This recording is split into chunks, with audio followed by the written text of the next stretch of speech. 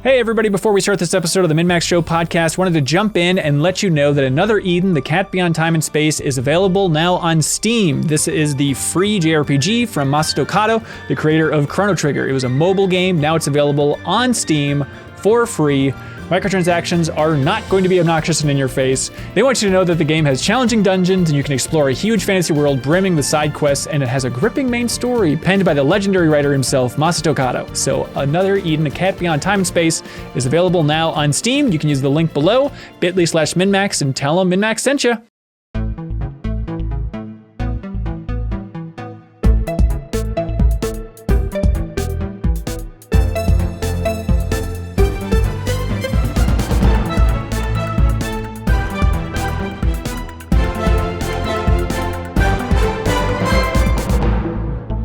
Hello and welcome to the MinnMax Show, a place about games, friends, and getting better. I'm Ben Hansen, joined by the one and only Leo Vader. Thank you. Can you see the VR outline? Oh. It's mostly gone, but I noticed I've still got it. You can still tell. What were you playing? In a different realm. Beat Saber. Me and Kyle are still in our high score war, and I had to dethrone him real quick. Well done. Well done. We have Jeff Marchiafava here. Hello. And that's not it. We're also joined by Jason Schreier, the new cohort here at MinnMax. Congratulations, Mr. Schreier. Hello. Thank you guys so much. Honor. It is a pleasure to be here. Yes. To be joining MinnMax. Not officially, but it's nice to have you here because we're going to be talking about one of your stories. Well, I'm here today. I'm going to be here again next week. So I'm basically joining, right? Yeah. As long as he never leaves this Discord call, I guess we can't get rid of him now that you really put it that way. Water's right.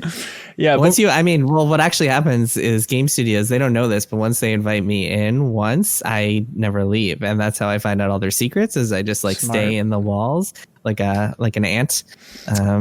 Is it a lot of I have an ant packages. infestation in my house. So I'm thinking about ants a lot recently. But yeah, that's what I do. I would just crawl around in the walls of game studios. That sounds really cool, man. Well, that's what we're here to talk about. So that's what I'm going to do to MinnMax. Sorry, guys, but you're stuck with me. That's understandable. So last Friday, you published a story that was the talk of the town. And so we were planning on talking about it on the podcast. And then we realized, why do all this secondhand regurgitation? Let's just go straight to the source, kind of, sort of, yourself, the reporter. So we'll be talking about Sony news. Biggest headline would be Last of Us Remake in development. We'll get to all that for sure. But I think the story is a lot deeper than that. Then we're going to swap you out of here and then get more people in to talk about some announcements from the Nintendo Indie World Showcase that happened. Pac-Man 99 we'll talk about. And then back half of the show, as always, we'll have some great community emails that people or questions that people submitted over on Patreon. Jason Schreier, welcome, sir. People might know you from Triple Click Podcast, many years at Kotaku. Yeah. Now you're a hot Bloomberg man, huh? Yeah. Thank you for shouting out Triple Click. We're almost a year old, which is very exciting. Where we celebrate 1 year next week, which is really cool. Actually, I think this Saturday or Sunday is the official 1 year anniversary of Triple Click. So, that's amazing.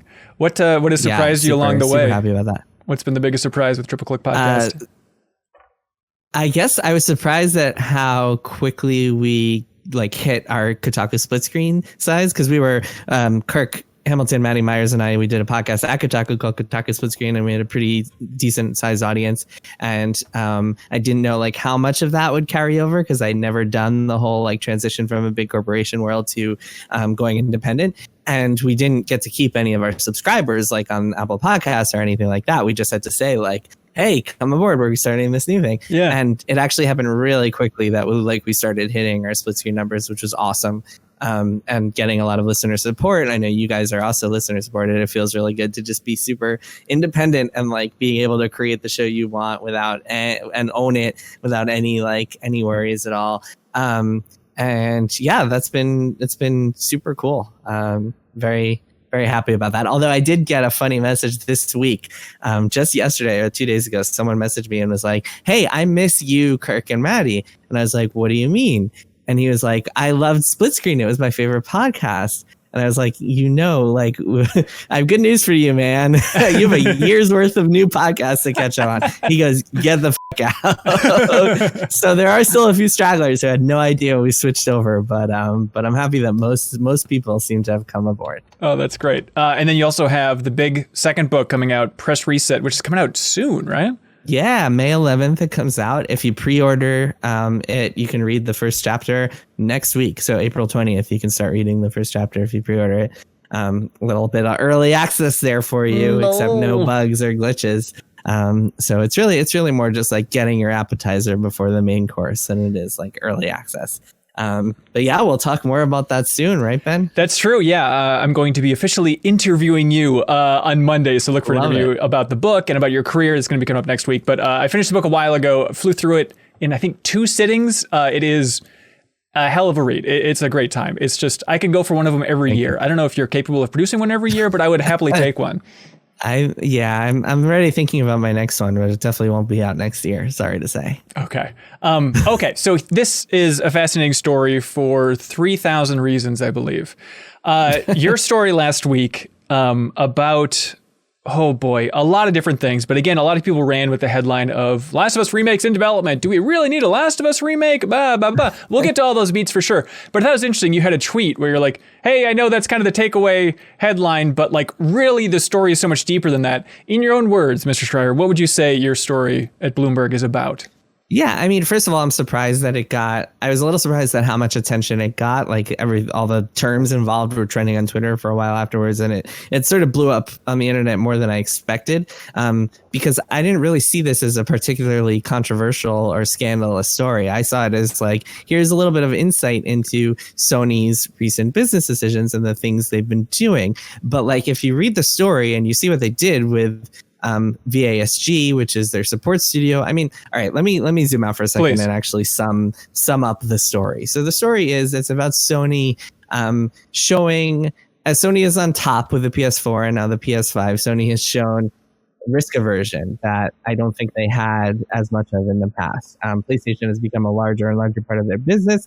They've decided, hey, we're going to go all in on the stuff that works, the big blockbusters, the Naughty Dogs and Guerrilla Games of the world. And as a result of that, some parts of the organization have been feeling kind of left behind. Japan Studio, it was in the news, it basically shut down. I think they call it a reorganization, but like it's essentially they forced a bunch of people out who had worked on a lot of like games that aren't big global hits the way The Last of Us and are. And then some of the stuff that I was newly reporting was about Sony Bend, which is the studio that made Days Gone, and how they were not able to get a sequel off the ground. And for a while, they feared becoming a Naughty Dog support studio because they were only working on projects for Naughty Dog, essentially. And then I wrote a story, and then the other part of the story is VASG, which is this little known service group that is actually a couple hundred people. Nobody's ever heard of it. They work on pretty much every Sony game and a lot of non-Sony games too, doing art and animation. They're essentially like an outsourcing group. And so what they wanted to do in 2018 was start their own studio. And it actually made some headlines as a rumor because I think there were some like tweets about it or something. Somehow word got out. And everybody thought, oh my God, Sony's starting the secret studio. They're making a new Uncharted game. Turns out the studio was not ever making a new Uncharted game. It was always very small scale, never really could get off the ground, pitched a Last of Us 1 remake because they saw remakes as a way to get approval from risk-averse Sony. Tried to make that happen, put together a vertical slice over the next year or so. It seemed to be going well. By all accounts, the vertical slice was pretty cool. But then they still found that they couldn't get budget. There was a big management shakeup at Sony. Right. Herman Hulse came in. He thought it was too expensive. Things kind of slowed down. Then The Last of Us 2 was delayed from 2019 to 2020. This is also internally. No, I don't think it was public at all that the game was original. The Last of Us 2 was originally planned for 2019. And so that led to all of those people, or most of that team, the VASG team, getting pulled on to help out with Last of Us 2. Then when it was all over, it was kind of like, okay, now we have all these people at Naughty Dog and hey, they made the original Last of Us. So let's have them all work on The Last of Us 1. And it should be noted that there were always some people from Naughty Dog working on The Last of Us 1 remake. This was not like an unsanctioned project. This was always approved. Okay. Like Naughty Dog was fine with it. There were programmers at Naughty Dog working because there's some things, because I'm writing for a Bloomberg audience, there's some things that I can't get into the nitty gritty granular stuff on, since we're trying to target a mainstream audience. And yeah, my platform has its limitations, but like, yes, from the get-go, there were always Naughty Dog programmers like helping them out with the engine, because it's the Last of Us 2 engine that they were working on, which is the technology as opposed to the Last of Us 1 engine, which is also one of the reasons that it was going to be an expensive project, is because they were working on this brand new engine. And so they had Naughty Dog programmers like working with them, teaching them how to do stuff, et cetera, et cetera. Can I pause you for a second? Do you know, were they intending on keeping the original like performances and just updating all the tech around that? Or is this going to be re-recording and no I don't think they were planning on redoing performances. Okay. The idea was Last of Us 2 has all these advancements in graphical technology and in gameplay, right? Yeah. There's a lot of stuff you can do in Last of Us 2, like breaking windows, or like different cover systems. And the idea was, here, we released Last of Us Part 2. Why don't we re-release Last of Us, maybe call it Part 1 or whatever, and like do a whole package of the two games. So it's like the one complete story. You can buy that on your PS5 and it'll all feel seamless and like straightforward. I don't know if they're planning on adding like new story stuff. I'm sure there's still decisions being made because it's still in development at Naughty Dog now. But to conclude that kind of the story, essentially Naughty Dog had a bunch of people who had no work to do after Last of Us 2 was completed. And so the thought was, okay, let's move them all over to work on the remake. But here's where you get into like kind of messiness and the messiness of human nature, which is that even though VASG's team is ostensibly in charge, you have a bunch of people from Naughty Dog coming on. They worked in the original game. They're going to have a lot more clout. They have a lot more people now. They're totally outnumbering the smaller VASG group. The VASG group is used to being support for other teams. So like, how much say do they really have in meetings? And then you get into the situation where essentially like the game has moved into Naughty Dog's budget and it has essentially become a Naughty Dog game. I don't know how they'll announce it, like if they'll say this is co-led with these two teams or if they'll just say it's a Naughty Dog game. But it is essentially like a game that a lot of strong-minded directorial people at Naughty Dog are working on. And that led to a lot of people at the VASG team leaving the company and just saying, you know what, we tried to do this thing. We tried to get a new studio off the ground. Didn't happen. We're out. And so, yeah, so that's the big picture of the story. Big picture. There's so many things to dive into here. So my gut reaction is, you know, it's like, do we really need the Last of Us remake? Which I think a lot of people are asking. But I mean, by the time it comes out, it'll be 10 years plus or so since the Last of Us came out. It's not unrealistic, but it's just such a bummer to think of Naughty Dog talent being used to remake The Last of Us. Like if it's that other but what else are they going to do right now? Like so that's the thing. Okay. I also I wish I'd included this in the story. Again, I'm limited in what the details I can actually include these days. Maybe I should say this on Twitter or something, but like, if you're a bunch of people at Naughty Dog, you finish Last of Us 2, Neil Druckmann and some other writers or creative people go off in a room somewhere and they say, what do we want to make next? Let's figure it out. So you have hundreds of people at the studio who don't have a lot to work on. There's this multiplayer thing that they're doing. Maybe that, I don't know like what stage that is in, but I doubt it needs everybody. But hang on, just to stop you real quick, I'll let you continue your thought. But with that multiplayer thing, I mean, that's just the Last of Us multiplayer chunk. It's going to be standalone, right? Yeah, I think so. I don't know if it's like become something else or something more elaborate, but yes, it's a standalone multiplayer thing. I believe at one point they were thinking about DLC, but I don't think that happened. I don't know. I don't hold me to that. They might still do something. I don't know. Sure. But they have a bunch of people who needed work. And so it was like an elegant solution to be like, okay, let's put them on Last of Us Remake, get them used to working with the PS5, which they hadn't done before. And yeah, let's make this happen. Makes sense. And so like it's something for people to do for the next year or so while the other things are in pre-production and whatever, like their creative leads, whatever Neil Druckmann wants to do next, then they can bring more people on. Because one of the issues, and I wrote about this in my first book, Blood, Sweat, and Pixels, one of the issues that Naughty Dog has run into in the past when trying to do this whole multi-project team thing, multi-team production thing, is that like they'll wind up with a bunch of people who just need stuff to do. They call it feeding the beast, which is a common tech term, where you have all these people and you just need to make like quick decisions to try to get them things to do, and it can lead to really bad practices because you might be making the wrong decisions and have to redo them later. You might be making decisions that like you're stuck with then and you regret after you've seen more coherent things. So it's a good solution to have everybody like go on to this thing that is more obvious or more straightforward, The Last of Us Remake, and you can give everybody work to do while you're waiting for the next big thing. Just like, yeah, I mean, the porting the original version of Last of Us to the PS4 version, I'm sure that got him up to speed on the PS4 in such a huge way that it ultimately was beneficial. But Jeff, what's your gut reaction to this chunk so far here?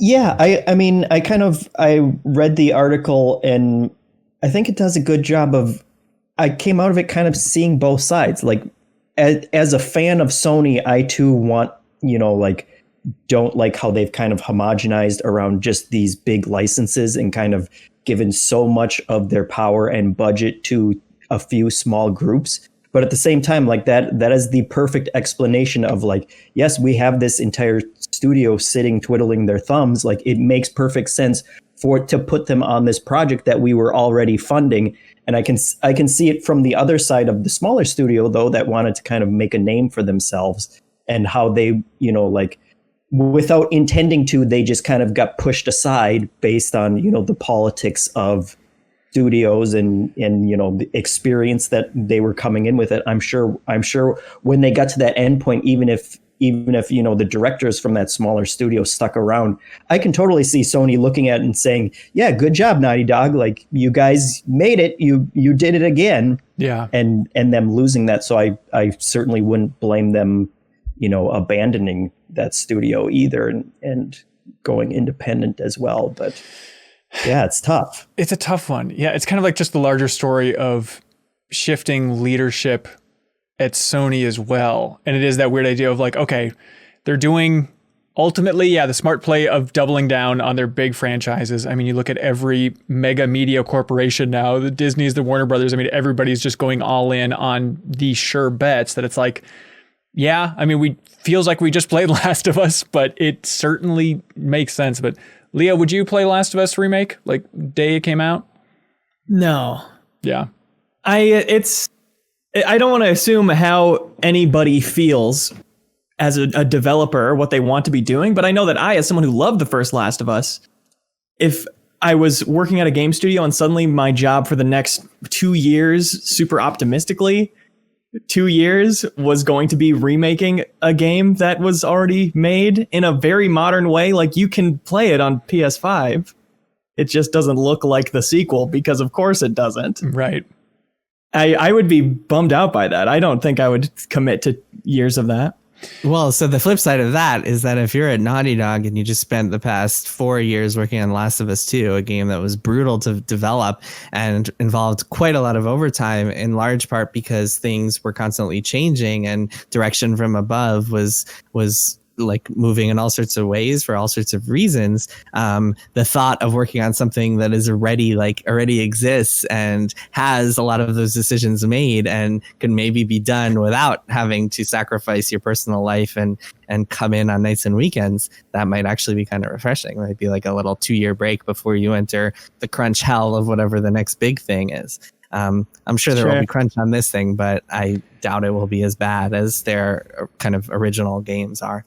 Yeah, you had an interesting line in that article, Jason, where you were talking about, shifting leadership at Sony, what it can mean for the future, doubling down on successes. And then you mentioned, like, maybe they missed the opportunity to make Dreams the next Roblox. Maybe that's ultimately what the future looks like. And I think there is kind of this larger discussion popping up from the article about Sony focusing on its major franchises to the neglect of other things. But at the same time, I mean, they're still funding some weird projects. I mean, you got to look at stuff like Returnal, even like Destruction All-Stars. Like, there's still some of those weird oddball Sony releases. And, it's, I think, a recurring thing then of just saying, oh, Sony's playing it safe. But you got to remember, I mean, last year, Last of Us Part 2, that game was the definition of not playing it safe in so many ways. And so I think it's a stretch to say, oh, Sony's just becoming Disney at this point and just making a bunch of easy Marvel shows. End of story. Yeah, I think that was one interpretation of my article that the article did not establish at all. Sure. And I don't think I ever said playing it safe or avoiding risks. Well, no, I did say risk aversion. I didn't say avoiding smaller stuff, because you look at Sony's portfolio, they have Media Molecule, they have Pixelopolis. They have and they're funding indie stuff.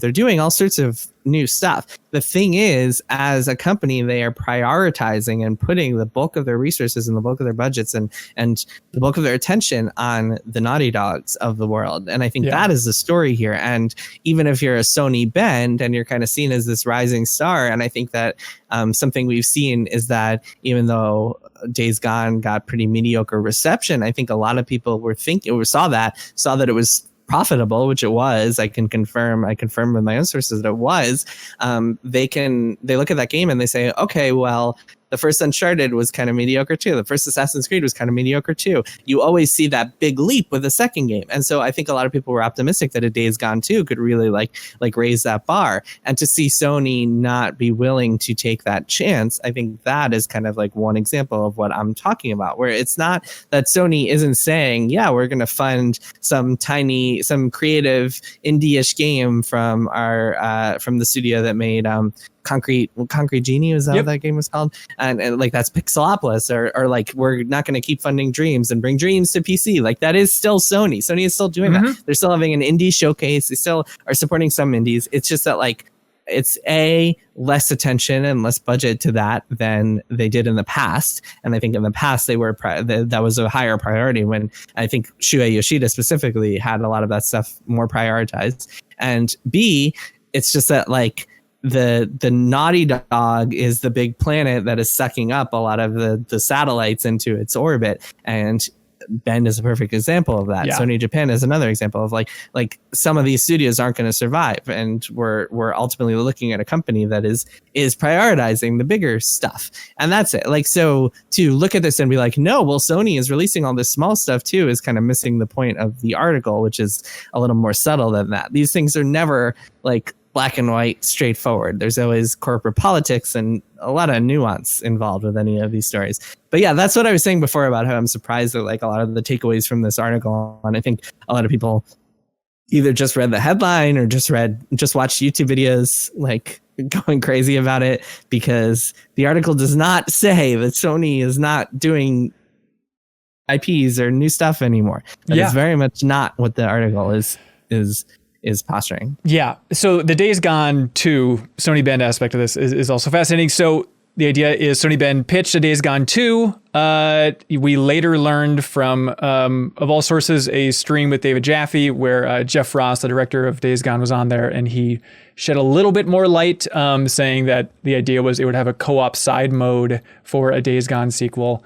And that Jaffe stream was unfortunate, as most things involving David Jaffe these days are. Chat was ready to roast you the entire time in that stream. I don't know how much of that you watched, Jason, but then I thought it was very sweet and classy for Jeff Ross at the end to really double down and back up your reporting.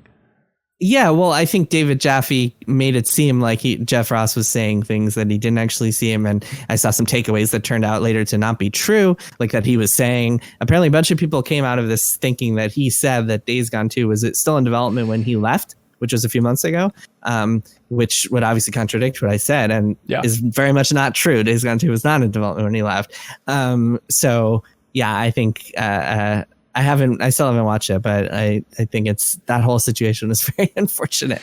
Yeah, because I think Jeff was just trying to dodge around. He didn't want to confirm that Days Gone 2 was canceled. So I think some of those details were kind of lost in him trying to be like, I'm not an official source here. I'm just saying this is what we wanted to do with Days Gone 2 and never say never, that type of thing. But he says in that stream that he ended up leaving Sony Bend ultimately because development on the sequel and just new projects at Sony Bend, he said, like, it kind of got messy and convoluted. They brought in some people. There were some conflicts in the studio, naturally. And the interesting thing is, in that discussion, he talked a lot about how there were a lot of conflicts in the studio between different generations. And I think that is the most fascinating thing is, Jeff and I, we visited Sony Bend for the Days Gone cover story at Game Informer and spent 2 days there. And they were fascinating studio for 1,000 different reasons. But his conclusion was, or one of them, was that there are these different generations within Sony Bend and how the younger staff would have a lot of complaints about the way older staff was still managing things. People were pointing fingers saying this is John Garvin, the writer's fault, versus this is Jeff Ross's fault. And he just seemed like, I'm kind of done. I want to get out of this situation. And I think it's interesting that we're at a point in the game development world where there are these intergenerational conflicts within studios. And I think Sony Bend is such a fascinating microcosm of that. Like, Jeff, what do you remember about just the vibe of Sony Bend and how it stood out compared to other Sony studios, maybe? Yeah, I mean, I guess we could see that. I remember John Garvin putting a lot of stock into, like, he wrote every word that was in Days Gone, and that standing out of like, wow, I can't believe that exists, and clearly that is probably one of the problems with the management in that studio at this point of approaching it from an old way where that could actually happen. It feels, it's like a couple of old school developers, well, a handful of old school developers, at the top of Sony Bend. I mean, a bunch of old Siphon Filter talent that have just been around for so long and have worked their way up the chain. And they're really now reaching the limit of like this new groundswell of just raw talent you need in order to pull off a huge world like Days Gone. And that naturally creates this weird friction of like, well, he's a creative director, so he wants to write a lot of these things and he says he's good at it, so he wants to stick with it. And he's been around for so long, who's going to tell him no? And not that it's, an abomination that he did that, but it's just so unique and strange to have somebody so hands-on in a big way for a huge game like that. Yeah. It's the auteur approach. I guess Levine so. does it, and Hideo Kojima does it. Yeah, it's a whole. I mean, even thing. Neil Druckmann, who's VP of Naughty Dog now, and he's still writing a huge part of at least Last of Us Part 2. Yeah, I think some added context here. I don't think people know this, but so John Garvin actually left in 2019, right after Days Gone came out. I don't think this is public because I think he announced it like a year later. Right. So what happened was the studio was actually, I didn't really get into this for reasons that I'll explain in a second. But so what happened was the studio didn't have a creative director for a long time, and it had kind of a vacuum at that position. And they were looking for a creative director. They brought in some other writers who helped out with like the Days Gone 2 pitch and then the Uncharted pitch once they started working on that. And there was some drama there. I don't think the writers are there anymore. And then there was some other departures, and it was all very messy. And I haven't heard the thing about the millennial like generational divide or anything like that, but it doesn't shock me. But yeah, John Garvin was certainly a force of that studio, and I think there was a vacuum there when he left. So my story, when I originally started reporting on this, it was a very different story because Sony Bend was a lot more concerned about being absorbed into Naughty Dog. Right. So last year, after Days Gone 2 got canceled, there was a lot of, or not canceled, no, rejected in the first place. There was a lot of like conversations about, okay, what is the studio going to do next? They started helping out Naughty Dog with a multiplayer project. Then they started getting working on this Uncharted game that there was supposed to be their next big thing, with supervision from Naughty Dog, and like they had to come up with pitches and such, send them over to Naughty Dog, and then what happened was Naughty Dog. My understanding is that Naughty Dog just took more and more of a creative overseeing role, which is understandable because Uncharted is their baby. Yeah. And even though Bend has made an Uncharted game in the past with Golden Abyss, things have changed a lot. That was back in the Amy Hennig days, so things have changed a lot since then. And it got to the point where Bend people were looking around and saying, hey, we're just supporting 2 Naughty Dog games essentially now. Are we going to turn into Naughty Dog North? Meanwhile, people at Naughty Dog, at least one person I talked to, actually more than one person I talked to, had been like jokingly saying like, we got Naughty Dog North, we got Naughty Dog South in San Diego. Which is totally a fair fear. I mean, that right. Totally could happen in the blink of an eye. And that's what I'm talking about when I'm talking about like the gravitational pull of Naughty Dog and how Sony sees Naughty Dog as it's like superstar, it's crown jewel of its organization. And that's like the internal politics there.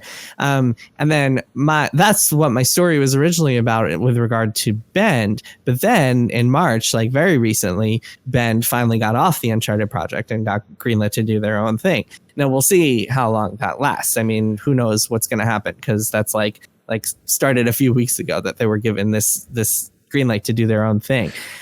But that kind of reduced the role of Bend in my article because suddenly they had a lot less to fear. If they now have the autonomy to do their own thing, granted, some of them are still helping out Naughty Dog with a multiplayer thing, but like if they still have the autonomy to do their own thing, then maybe they don't have as much to fear when it comes to becoming Naughty Dog North. But we'll see. We will see. Yeah. So, okay. I'm trying to figure out this timeline for Sony Bend, where on LinkedIn you can see that they brought in some Hollywood screenwriting talent, Tom Dribble and Laurel Williams, who were working at Sony Bend for a while there. At least Tom left in December 2020. I assume that Laurel left as well. And the way they describe it is they were working on a new open world IP for Sony Bend. And so I'm trying to figure out exactly how that works. I wouldn't put any stock into LinkedIn just descriptions is what I would say. I think that yeah, I mean, there were a lot of different writers who came in over the course of last year. There was a writing team that got kind of pushed out. There's a lot of drama there that I don't really want to get into because I haven't it would be irresponsible for me to get too in depth on that without getting comment from those people and blah, blah, blah, going through the standard journalistic practice. But in general, for this and for everything else, I wouldn't put much stock into what you read on LinkedIn. People tend to exaggerate or say things that happened at certain points in time as if they happened over the course of their whole time there. And but the vacuum of John Garvin leaving as the main creative force at Sony Bend has kind of created a whirlwind for a while that now seems to be settled down. So the Uncharted, I mean, I wouldn't say that was the only factor, but definitely one factor. Okay. So the Uncharted game that Sony Bend started up, I assume that it would be open world based on their pedigree? Like, is it an open world Unreal take on Uncharted? Do you know anything about what they were going for? I don't know. I mean, I've heard like a couple of bits and pieces, but it was all so early that it's like, it didn't really mean anything. With games, it's always like what you hear. This was like a game that was like 4 or 5 years away at that point. So what you hear at the beginning is never going to be what actually comes to fruition. Right. And do you know where that project is now? I don't know if it exists. I mean, it was a Bend project. It was just like kind of supervised by Naughty Dog. I assume it's just going to disappear. It was supposed to be an Uncharted spinoff. It wasn't like Uncharted 5 or something like that. Okay. For sure, there will be new Uncharted games in the future. It's just who knows if that particular one will continue, but like that doesn't even mean anything because that particular one wasn't anything. It was just like paper design and writing and like scripts and ideas and stuff. It wasn't maybe a prototype or two, but like it wasn't a game. So it doesn't really mean anything for it to exist or not exist because when we do actually see an Uncharted like playable or a trailer or whatever form it takes, it will be very different no matter what from that. So it's just kind of like, who knows what the future of Uncharted looks like, but that I wouldn't read too much into whether that version will be taken on and move forward somewhere else because it's all just on paper. It's all in theory. Yeah. I like what you're talking about with just the gravitational pull of Naughty Dog because you can definitely feel it visiting these studios. I mean, even for Days Gone coverage, it was very much like Sony on tiptoes about like, don't compare this to The Last of Us Part 2. Please, for the love of God, this is distinct. Please don't mention Naughty Dog around them. It definitely feels like Naughty Dog, I mean, they're the golden goose, naturally. And Sony Bend always felt like, you know, the kid's not quite sitting at the cool table yet for Sony, even though they've been around for so long. It just felt like this kind of remote colony that it built up its own culture. And it's kind of a culture shock when you walk in expecting kind of the vibe of another Sony Santa Monica or a Naughty Dog. Yeah, and I think that's where some of the frustration from readers and people reading into the article, you know, their fears kind of getting away from them, where, Sony certainly is, you know, funding different IPs and stuff. But if you look at a situation, you know, like Days Gone, where yes, it came out, it was profitable. Like, I'm sure I would feel differently if I was a Sony accountant, but just as a fan, if a company comes, you know, makes a profitable game, I want them to get more autonomy and be able to, you know, get their next project that they're passionate about greenlit. Yeah. And it feels like such a low bar to say, hey, we're going to make a Days Gone 2. Like that's already just another sequel. You'd think that would pass that bar. And it reminds me of reporting that we've heard out of, you know, like Square with like the Tomb Raiders, where it's like it's the most profitable Tomb Raider ever, but it didn't meet our expectations for how much, you know, it has to make for us to want to continue these kind of projects. And so that's where I start to worry, I guess, as a fan. You know, like certainly they're doing stuff, but like Destruction All Stars isn't floating my boat in terms of what I want to see, you know, from other non-Naughty Dog games from Sony. Yeah, and also just kind of like resetting them in a way to creating a new, I'd imagine, open world IP, because certainly Sony could use some open world talent. Zombie game. I mean, like whatever they're making, it's like you would think that you just would want them to stay with as much momentum as possible from Days Gone 1, just to build up that skill set to become a premier open world developer within Sony's stables. Yeah, I think that with Days Gone 2, it wasn't as much Days Gone 1 and what it sold It was more what they predicted and projected that Days Gone 2 would sell, and like it wasn't viable enough from those projections.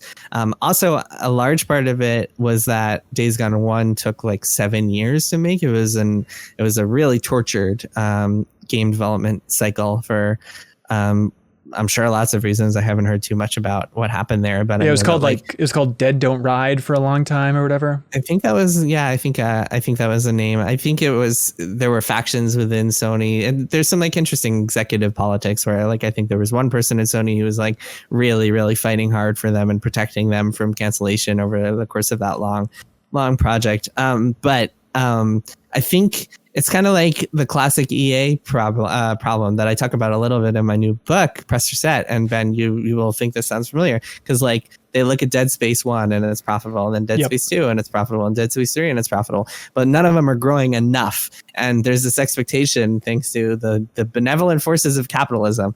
Thank you, investors. There's this expectation of constant growth. It's not good enough that like you're making money and you're profitable. It has to be exponentially growing every single year.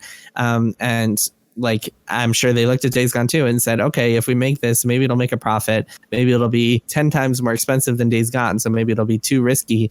And maybe it won't make a profit, but our projections show that like the profit margins are too slim for this to be worth it. And I'm sure there's all sorts of like crazy calculus going on there. And then the other big part of it is like, I don't know, this is all speculation, but I have to wonder how much kind of not animosity, but how much tension is there between Naughty Dog and Ben as a result of Ben making a zombie game and Naughty Dog being like, hey, we're the people at Sony who make the big zombie game, and we take it seriously. Guys, that's a different thing. They wouldn't. That's true. They're not zombies. They say don't call it a zombie game. No, but like I think that they take their zombie game very seriously, and maybe they look over. But again, that is speculation. So do not take that. Reddit, do not run away with that one.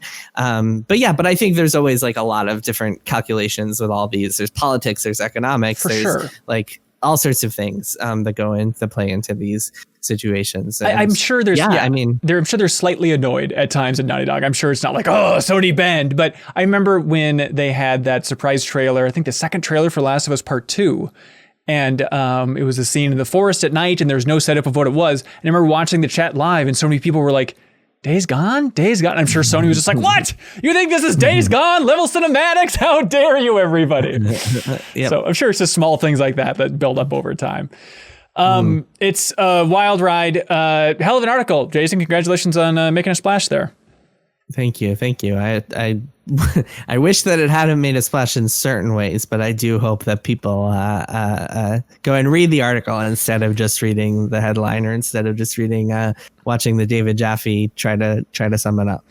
Yeah, and there are a bunch of interesting tidbits in that Jaffe stream for sure. I mean, on the Naughty Dog Sony Ben point, Jeff Russ does say like, yeah, they had a good relationship with Naughty Dog, but there were some quote unquote pain points every once in a while, is how we put it. And I'm sure that goes back to even Golden Abyss development. I mean, that has to be tough if you're Naughty Dog to watch another studio make a new entry in your beloved franchise. So there's a lot of emotions going around, I'm sure.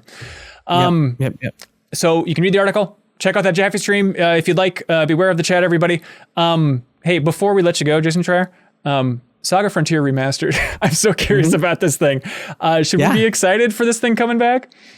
It depends. If you're like into SaGa games, then yeah, it's great. So as a remaster of a PS1 game, it's really good. It does everything right. It looks great, sounds great, has fast forward, lets you skip random battles, which is awesome. You can just press the L button on the Switch to flee.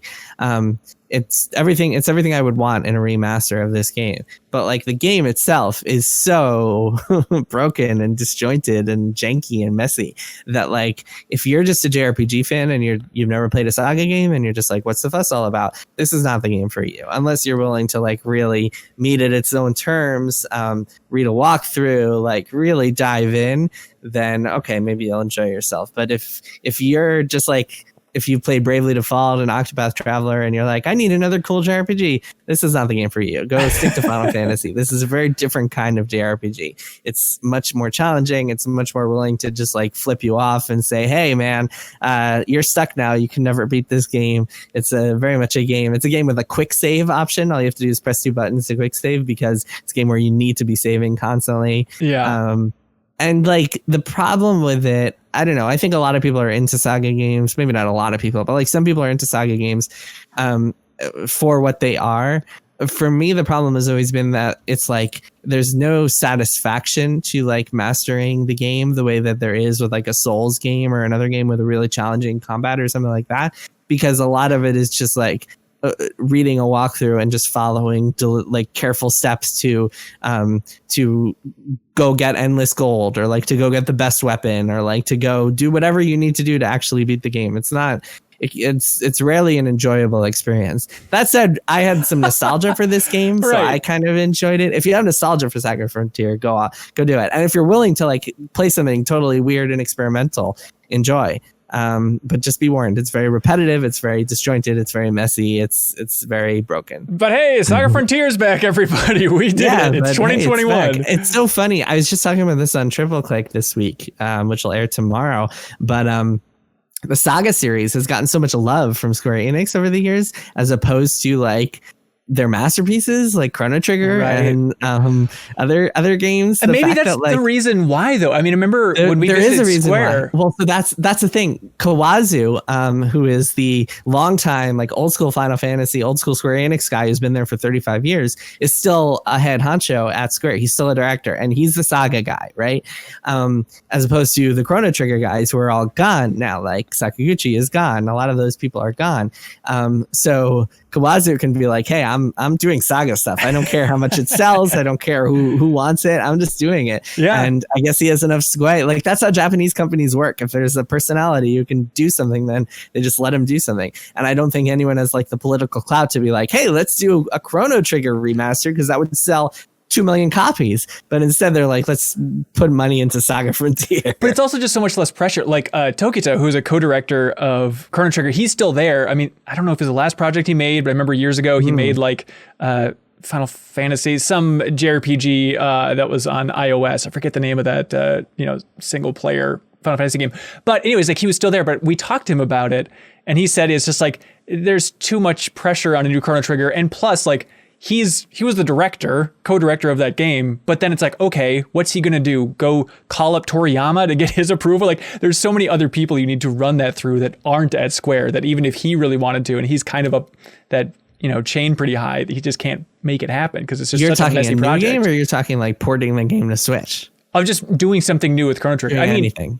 But again, honestly, just porting it on Switch, they could charge $50 for it.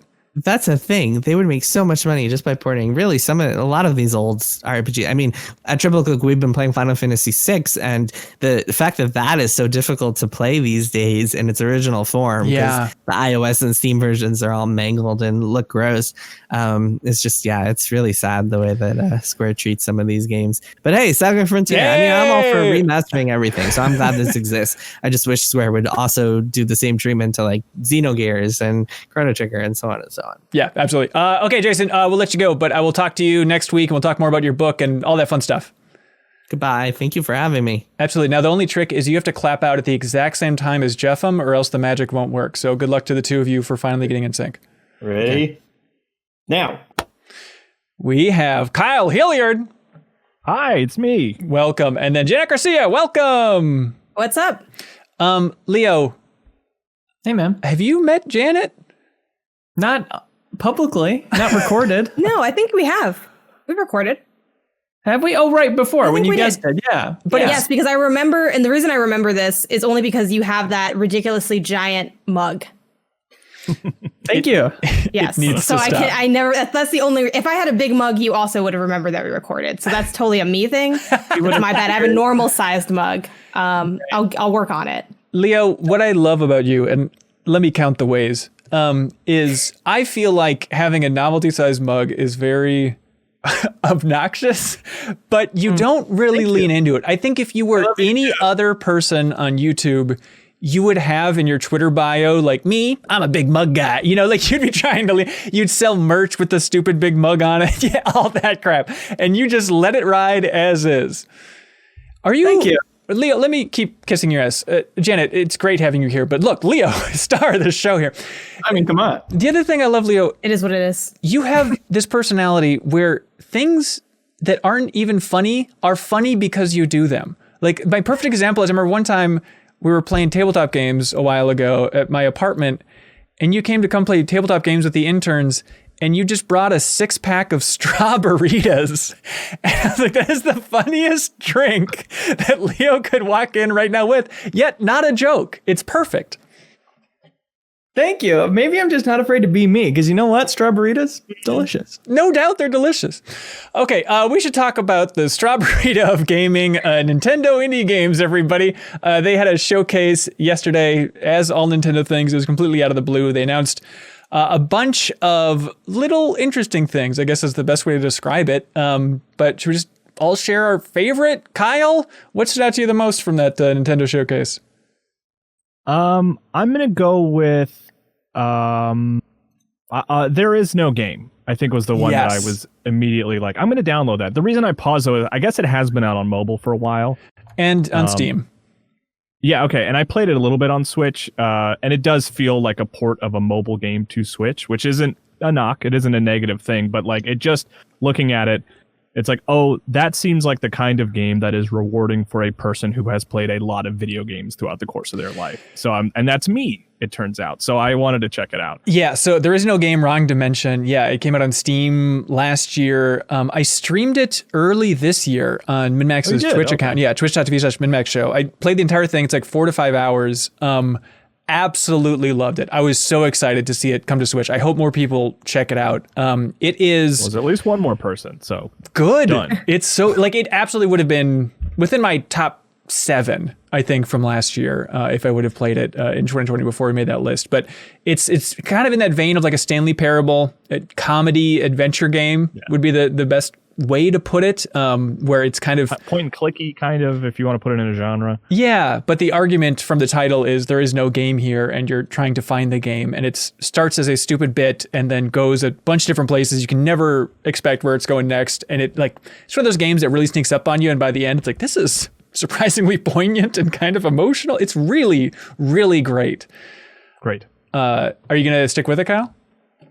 Yeah, absolutely. I mean, you saying it's only a few hours, 4 to 5, like, there's no reason for me not to keep going. I've already started. I've already been playing for like 30 minutes. I'm like halfway there. Oh, great. Okay, Which is the opposite of The Longing, as far as I can tell, but I'm curious about that one too. Yeah, The Longing was also on Steam, and they announced it's coming to Switch, which is kind of an idle game. And it was very funny for them to like try and make a sexy trailer out of The Longing, where it's just like a sad elf lump of coal slowly walking upstairs. It felt like they would be better not showing us what it is.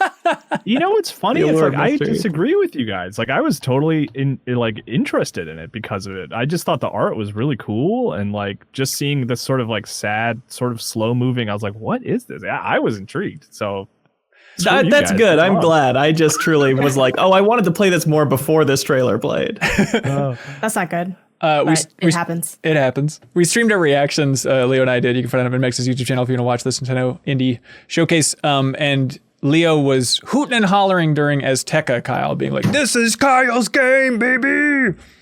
Yeah, it looks very like a God of War kind of like was my sort of the line that I drew. But yeah, it looks cool. I want to check that one out too. Janet, how would you rate the overall conference? What did you think about the showcase here? I'm a little lukewarm on it. That's always going to depend on people's just personal taste, whether or not you enjoy an indie showcase, because they're always, kind of a random smattering of things. Annapurna was there, and I was like, okay, I'm down for that. Even though the game itself didn't necessarily draw me in that they showed off. They showed off 2 games, but I'm down for anything Annapurna does, even if it ends up being bad to me. I just like generally what they sort of put out. But for me, Oxenfree II, it's all about, I got my Oxenfree shirt on. I got my after party solo cup. I am down. Night School, where are you at? I literally streamed that game yesterday, and I was talking about how I'm like, honestly, this is like one of my favorite games of all time. I think it might be in my top 100 games. Oxenfree is absolutely fantastic. If you haven't played it, I really encourage everyone to go out and do so. So you are the person that has Oxenfree Night School in your Twitter bio about like, I am an Oxenfree person. Yeah, absolutely. That's in there. It's there with the big mug. I'm pouring out a cup of Night School and drinking that up. But yeah, genuinely, Oxenfree is just such a fantastic game. I recommend it to everybody, even if you're someone who doesn't traditionally like story games. It has some of the best writing I've ever experienced in a game. And that's especially amazing because it is a game about teenagers. And I don't know if y'all have been playing games that have teenagers in them, but often the writing is very cringy, very much like this is clearly an adult man writing as a teen girl. Yes, this is a Life is Strange sub-comment. Like it's like, okay, Kingdom Hearts specifically? Is that what's happening right now? There's a lot of people. The fact that you don't even know who I'm calling out says what we need to know, right? Like there's so many examples. But Oxenfree does such a good job towing that line between being genuinely a group of young people, you know, who are drinking on the beach and, you know, underage and like smoking and just kind of like hanging out. And it's a little awkward and there's like tension and so-and-so has a crush on so-and-so without being like teen cringe. So Oxenfree II, like I'm ready. I'm all there. It also has like Oxenfree 1 is very, you know, for those who the uninitiated, it's essentially like a surreal, trippy mystery game where a bunch of these teens are on this island and you're interacting with like anomalies with your radio and kind of picking up lost signals, and you're trying to piece together, one, what's going on this island, and two, how do we get out? There are these time loops. You're trying to make sure you escape and actually find true safety. You're reliving memories or maybe their dreams. So it has a lot of like trippiness, but it's also simultaneously very grounded in reality because while you're solving this mystery, you're also just like, hey, do you remember that time back at the school play where you like threw up on stage? That was awkward. Or like, hey, do you remember that? You know, and you're kind of just having these light conversations. Like you go from someone being possessed to someone being like, Janet, let me go to your birthday party. It's wild. Yeah. So having not played a lot of Oxenfree, like, are you excited about the prospect of a sequel just because it's night school or because there's more to tell in that world of Oxenfree? Like, is there, did it leave off in such a way where there's like a tease for more? I think yes, in the sense that essentially there's like this mystical island. So you can kind of put anyone there. It's kind of in like, oh, there's always the monster in like the Friday movies or things like that. Yeah. So it lends itself in that way. But I didn't necessarily end Oxenfree 1 being like, oh, I need Oxenfree 2 or whatever. But after playing After Party 2, like, which is a good game, but just didn't really hit the way Oxenfree did. I'm very excited about the prospect of Oxenfree 2 because I think that's where they really shined. It's like not only their best work, but I think some of the best work I've ever played. That made it for me. Yeah, I'm good with that. Everything else, I'm like, I don't even need anything else. I mean, there's other games that I think were interesting for sure.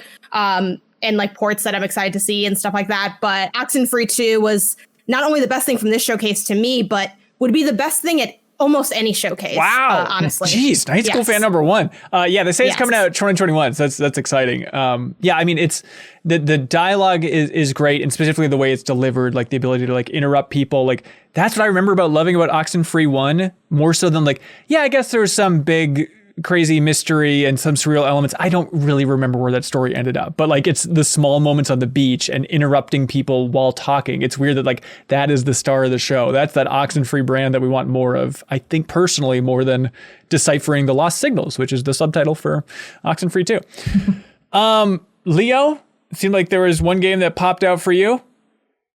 Yeah, Road 96, which we were kind of wondering exactly what type of game it'll be. It says on the Steam page, procedurally generated road trip, which makes me think, you know, they showed a bunch of different road trip scenarios getting into. In this first person 3D game, you're, you know, on a bus and somebody pulls out a gun. You're playing the trombone in the back of a pickup truck. You're doing a bunch of like disconnected things, and it's jumping around as like these are the different things that could happen on this road trip.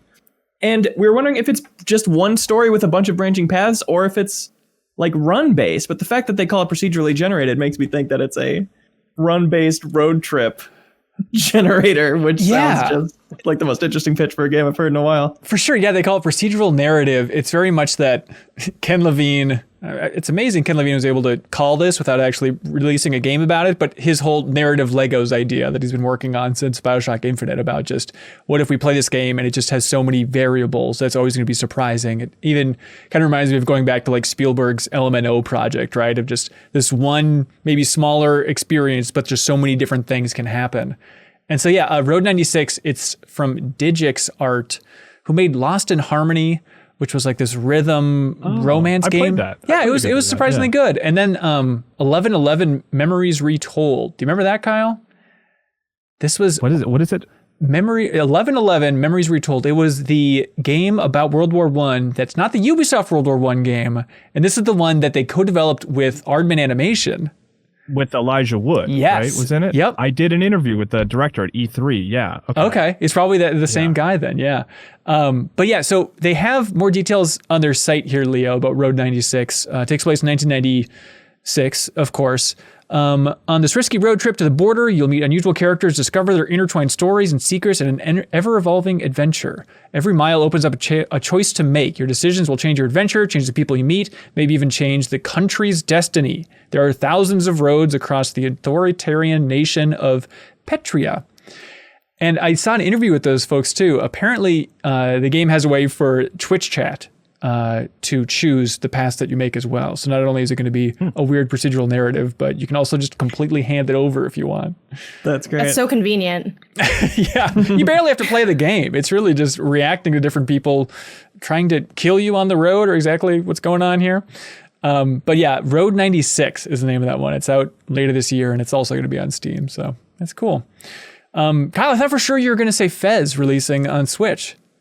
Oh yeah, I mean that's incredibly exciting. But I mean I've, in terms of like, if you wanted me to pick one to be really excited about, I'm going to pick something new. But I love Fez is amazing. I adore Fez, and I've had this thing all day where I'm like, you know, is it time to replay Fez? Has it been long enough? Because when I played it when it came out, and it was one of those games that like I got every achievement for. Like I did everything in that game, and I did it without a walkthrough, which was like incredibly difficult and a lot of like writing notes and stuff like that. And it's like the big thing that I'm excited about is seeing this sort of resurgence of Fez appreciation, and I'm kind of like, can we revisit that Fez 2 idea?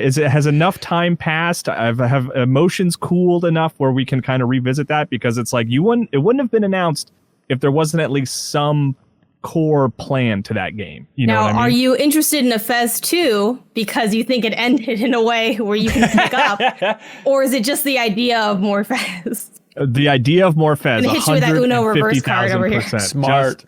More Phil Fish making weird, you know, playing with mechanics in ways that you wouldn't expect, and like, you know, just how many more ideas can you have with on a new platform, you know? Yeah, I mean, who knows? Phil Fish has been such a mystery since that moment when he dropped off the face of the earth. I think he's been colonizing Mars or something for the last he did some 7 VR years. games. He did like a VR puzzle game. Oh, is that right? Okay, so he's still out there doing something. Like, look, I know nothing, but I would be surprised if Fez 2 is not announced and re-announced someday, and that doesn't hit the light of day. It seems like Uncanceled. in this world where cool gamers like us get everything we want, I'm sure Fez 2 will happen, right? Yeah.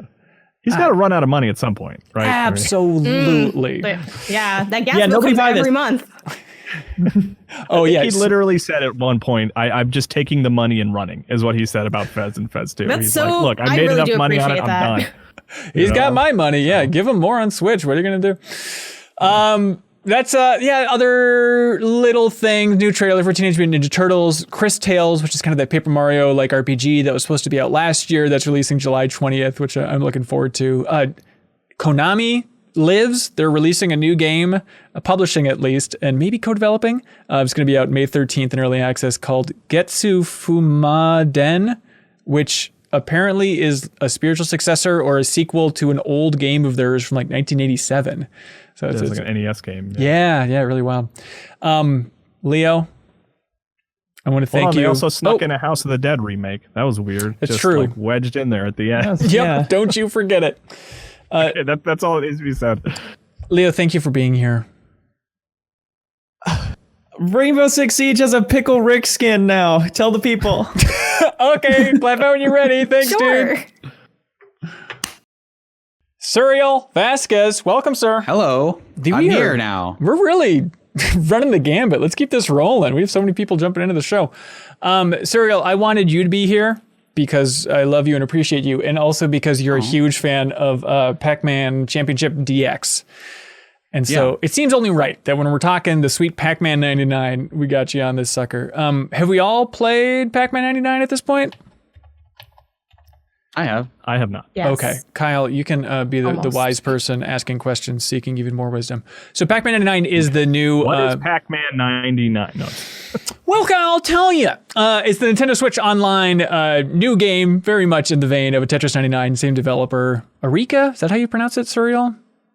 Yeah, I think it's Arica. Okay. Yeah, from the 99 series. That's right. I really had this weird Mandela effect with this, where everyone was so excited about like Pac-Man Battle Royale. I'm like, I feel like I've played a Pac-Man Battle Royale. Am I nuts? This already happened, didn't it?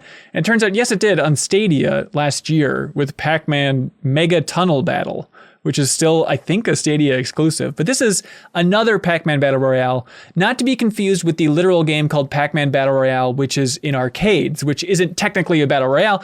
The point is, Pac-Man 99, here we go, on the eShop. Surreal, what do you think of this so far? It is a very weird take on Pac-Man.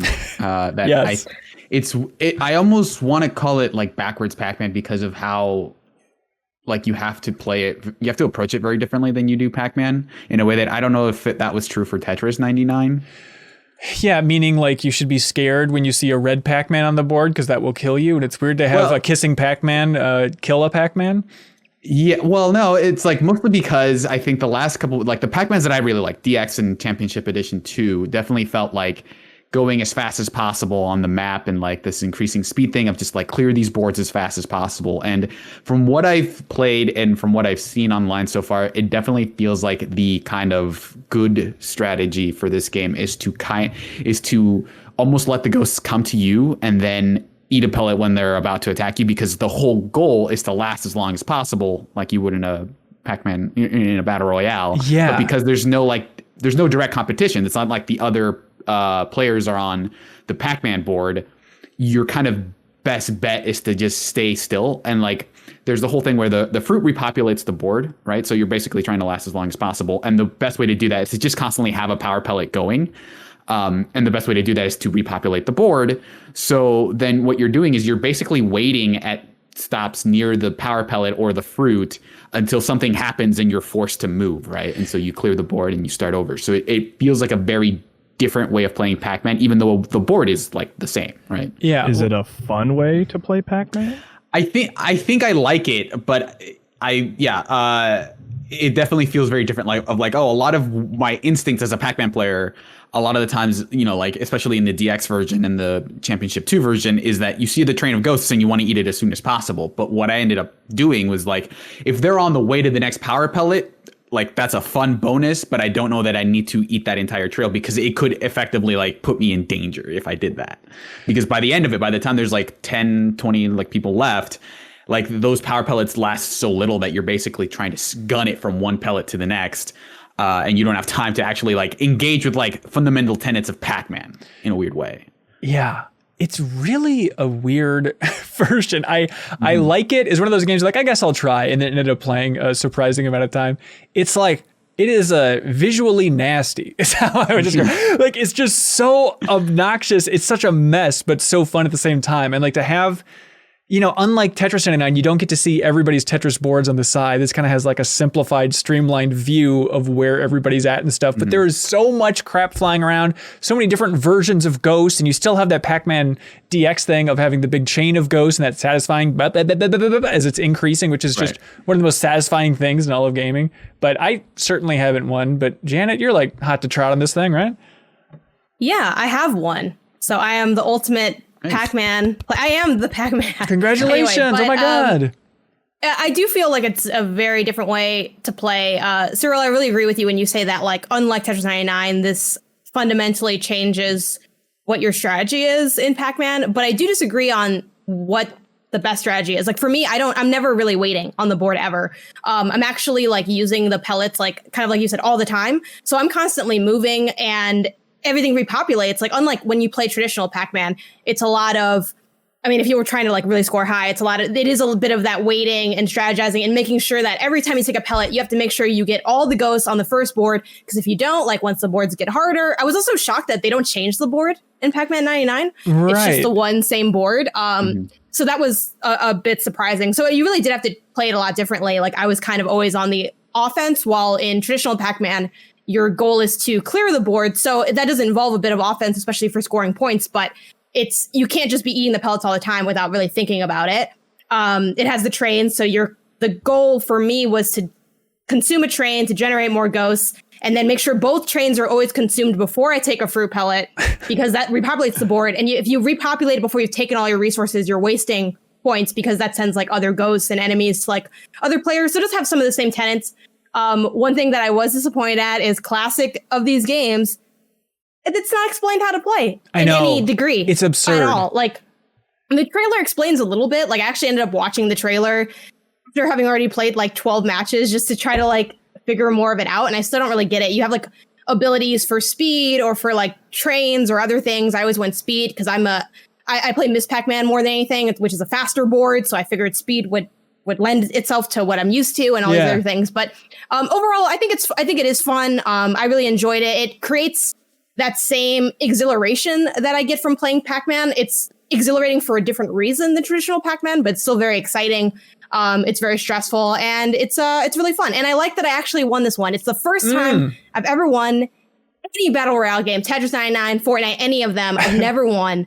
I finally won. I feel like very accomplished because I bought the Miss Pac-Man 1-Up arcade machine, and I'm like, if I can't do this, what was the $300 for? You know, that was all a waste otherwise. So yeah, I mean, I recommend it for sure. It's still so weird too how Nintendo's doing their online stuff, but this is the world we're in. It's the world we're in. Yeah, you can't predict it. I did see just Hall of Fame tweet where somebody tweeted Prince Philip dead at 99, now available on the eShop store, which it's really tough to top. Okay, let's see. I know this is not the crowd. At least I don't think it's the crowd. But real quick, they had the Age of Empires 4 gameplay reveal. And I guess in the name of a segue, they added an Age of Empires 2 Battle Royale. Anyways, but they finally like showed off more of the gameplay for Age of Empires 4 over the weekend. I had a reaction stream if you want to watch me geeking out by myself. But the weird thing is, first of all, it was very fun to see like the chat just light up and just being amazed that like Xbox is really supporting this. Like, it's amazing that Microsoft is backing this. They had a whole interactive site. They were posting so many streams and videos about it on the Xbox channel. Like, they're trying their damnedest to get people interested in this RTS, which I appreciate. And they showed like, you know, there's little details that are kind of fun. Like, oh, now the people can actually stand and fight on top of the walls in Age of Empires 4, or like you can actually have ambushes where you can hide in the woods and you're out of the line of sight and actually like pincer movement, attack people and stuff. So there's fun details in there. People are a little torn on the art style. So people say it's a little too cartoony, arrows are too big, all that fun stuff. But hey, it's coming, what'd they say, fall 2021, I think is how they worded it. So it looks like it was one of my most anticipated games of 2021 after all, Kyle. The prediction came true. Thank you. Were you able to ascertain how much of that game is watching like 30 people hammer away at some building for like at a wonder for minutes at a time to watch it? They had the infographics. They said 70%. And chat lit up. Everyone was excited about like hammering, woo, baby. And then you figure out how to you spend like way too much time trying to figure out how to get them all to like hammer in a wave so that it actually looks like thematically like, oh, everyone's doing the wave while they're working and it's fun. I'm having fun building my pyramid or whatever my wonder is. Serial, you understand Age of Empires like so few people do. You get it, dude. Do you think the arrows are too big, Ben? Great question, Janet. Thank you. I did not. I think the problem it's the classic problem of trying to make an RTS look cool in trailers or in gameplay, which is very hard to do. And so the way they did it is I think they were zoomed in pretty far for a lot of the gameplay they captured. And I think RTS characters, when you're too zoomed in, it's tough to make them look cool. So I think when you're zoomed out playing the game compared to just like watching this trailer, the proportions won't bug you as much. But based on that reaction, they're probably going to shrink those arrows. So everyone, please relax. They will shrink the arrows. But I'm looking forward to that game. They say a beta is coming soon as well. So hopefully we'll do more covering Age of Empires 4 in the future. Suriel? Yeah? Did you think the arrows were too big? No. Do you know how this whole thing operates? Yeah, I went on the deep web to find out, but it turns out that if you cash in enough Bitcoins, you unlock a web page called patreon.com/MinnMax with 2 N's. But then I learned you can just Google it, or you can just put it into your web browser and it works the same way. It's like a life hack, man. That's crazy. Yeah. Patreon.com/MinnMax with 2 N's. We are crowd supported. Thank you for spreading the word about MinnMax and supporting us in a big bad way. And thank you to some big supporters like the folks over at Another Eden, the cat beyond time and space. which is the new JRPG from Masato Kato, the writer of Chrono Trigger, director of Chrono Cross, wrote for Xenogears, Final Fantasy VII. But this is the mobile game that is now available on Steam, and it's a completely free game to play on Steam. Another Eden is the name of that one. And they want to let you know that with so many characters to recruit into your party and hundreds of unique abilities, combat is deep, challenging, and rewarding in Another Eden. It is a turn-based RPG. It's very soothing to play. So you can help show the world that there's an audience for JRPGs on Steam, and it's free, so what do you have to lose? By checking out Another Eden over on Steam. And you can follow the link below, which is bit.ly/MinnMax if you want a direct link there. Kyle, do you hear that? No. Yes. That's right. It's Yes. Rainmaker. Oh. This week, MinnMax is once again supported by our friends at Rainmaker.gg. Rainmaker is the all-in-one platform for streamers, developers, and publishers. If you're a streamer, Rainmaker gives you insight on your channel's performance and a full suite of streaming tools, including overlays, tipping services, chatbots, alerts, and more. Plus, get access to game keys from the world's best AAA and indie publishers. This week, you can check out campaigns like SaGa Frontier Remastered from Square Enix and Temtem's new Sipanku Island expansion from Humble Games. For devs and publishers, Rainmaker provides tools, powerful tools at that help you analyze game performance and discover creators on the world's biggest streaming platforms. And when it's time to get your game out there, Rainmaker's campaigns feature make it simple to put keys into the hands of thousands of content creators around the globe. So you can head to rainmaker.gg/MinnMax to learn more about them. We all like games, right? Yes. Sure. And you know what makes games better? Frame rates. Janet, say playing with other people. Playing with other people. Hey, that's right! Check out The Initiative, which is the new tabletop game from Unexpected Games. It's a brand new co-op game, 1 to 4 players. The Initiative is a cooperative board game of clever strategy, code breaking, and visual storytelling. Stories told through a 42-page comic book. A page is read before each mission to set the stage and show the consequences of your actions. Gameplay is a unique blend of strategy and puzzle solving. It feels kind of like an escape room. So if you like escape rooms, co-op tabletop games, you can check out The Initiative from Unexpected Games.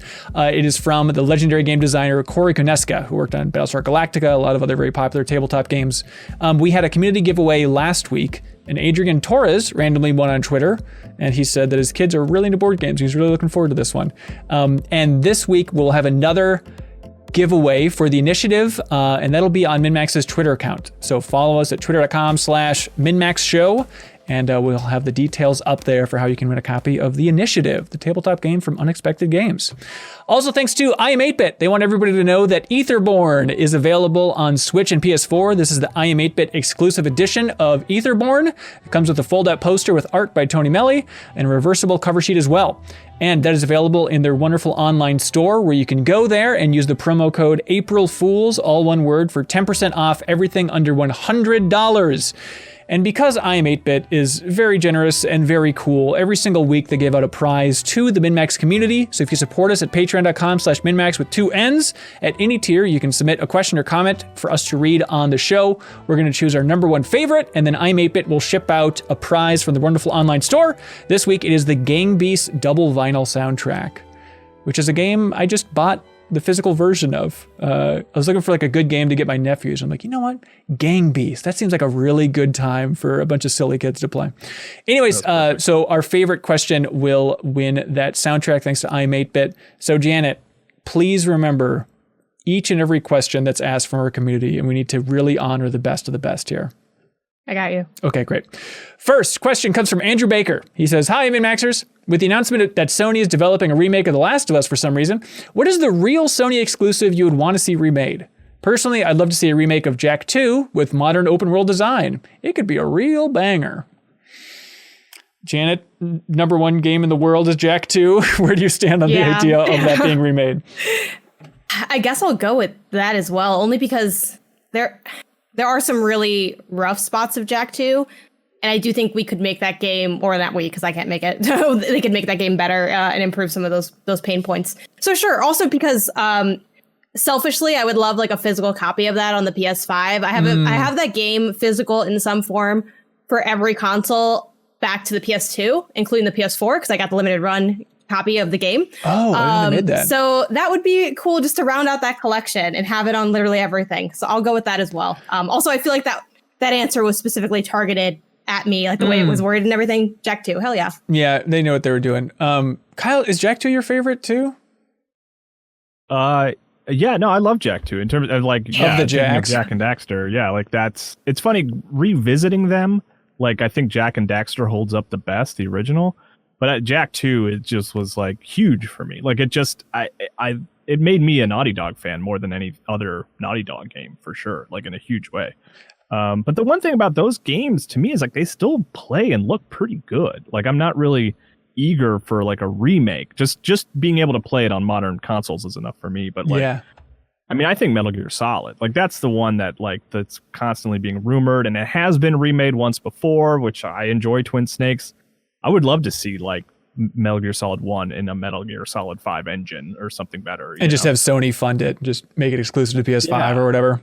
It's a PlayStation exclusive, you know, if you want to. It's a Konami game, but that's the one that I would like to see revisited, because that's the one that's a little tougher to go back to. Yeah, I still have my fingers crossed that they would remake Metal Gear 1 and 2 into this bundled thing. I think they could make something really cool with those, with that skeleton of a story framework, which is right there. I think there's a lot of really cool interactions. And I haven't played those, so that would be more enticing for me. Yeah. So. Number one, I really would love a new Parappa or a Parappa remake from Harmonix. Like, it must have been discussed at some point. Like, they're huge fans of Parappa over there. I know Alex Rogopoulos over to Harmonix loves Parappa. Like, he must have pitched it at some point working with Sony for all these years. But I think my answer is Mark of Kree, which is that PS2 game with just some of the greatest animation I've ever seen in games. And like the idea of them going all in on just the animation budget for a new Mark of Kree, I would love to see it. And one of the animators, Billy Harper, is now the animation lead over at Sucker Punch. So give him the project, let him head up a new Mark of Kree. Could be sweet.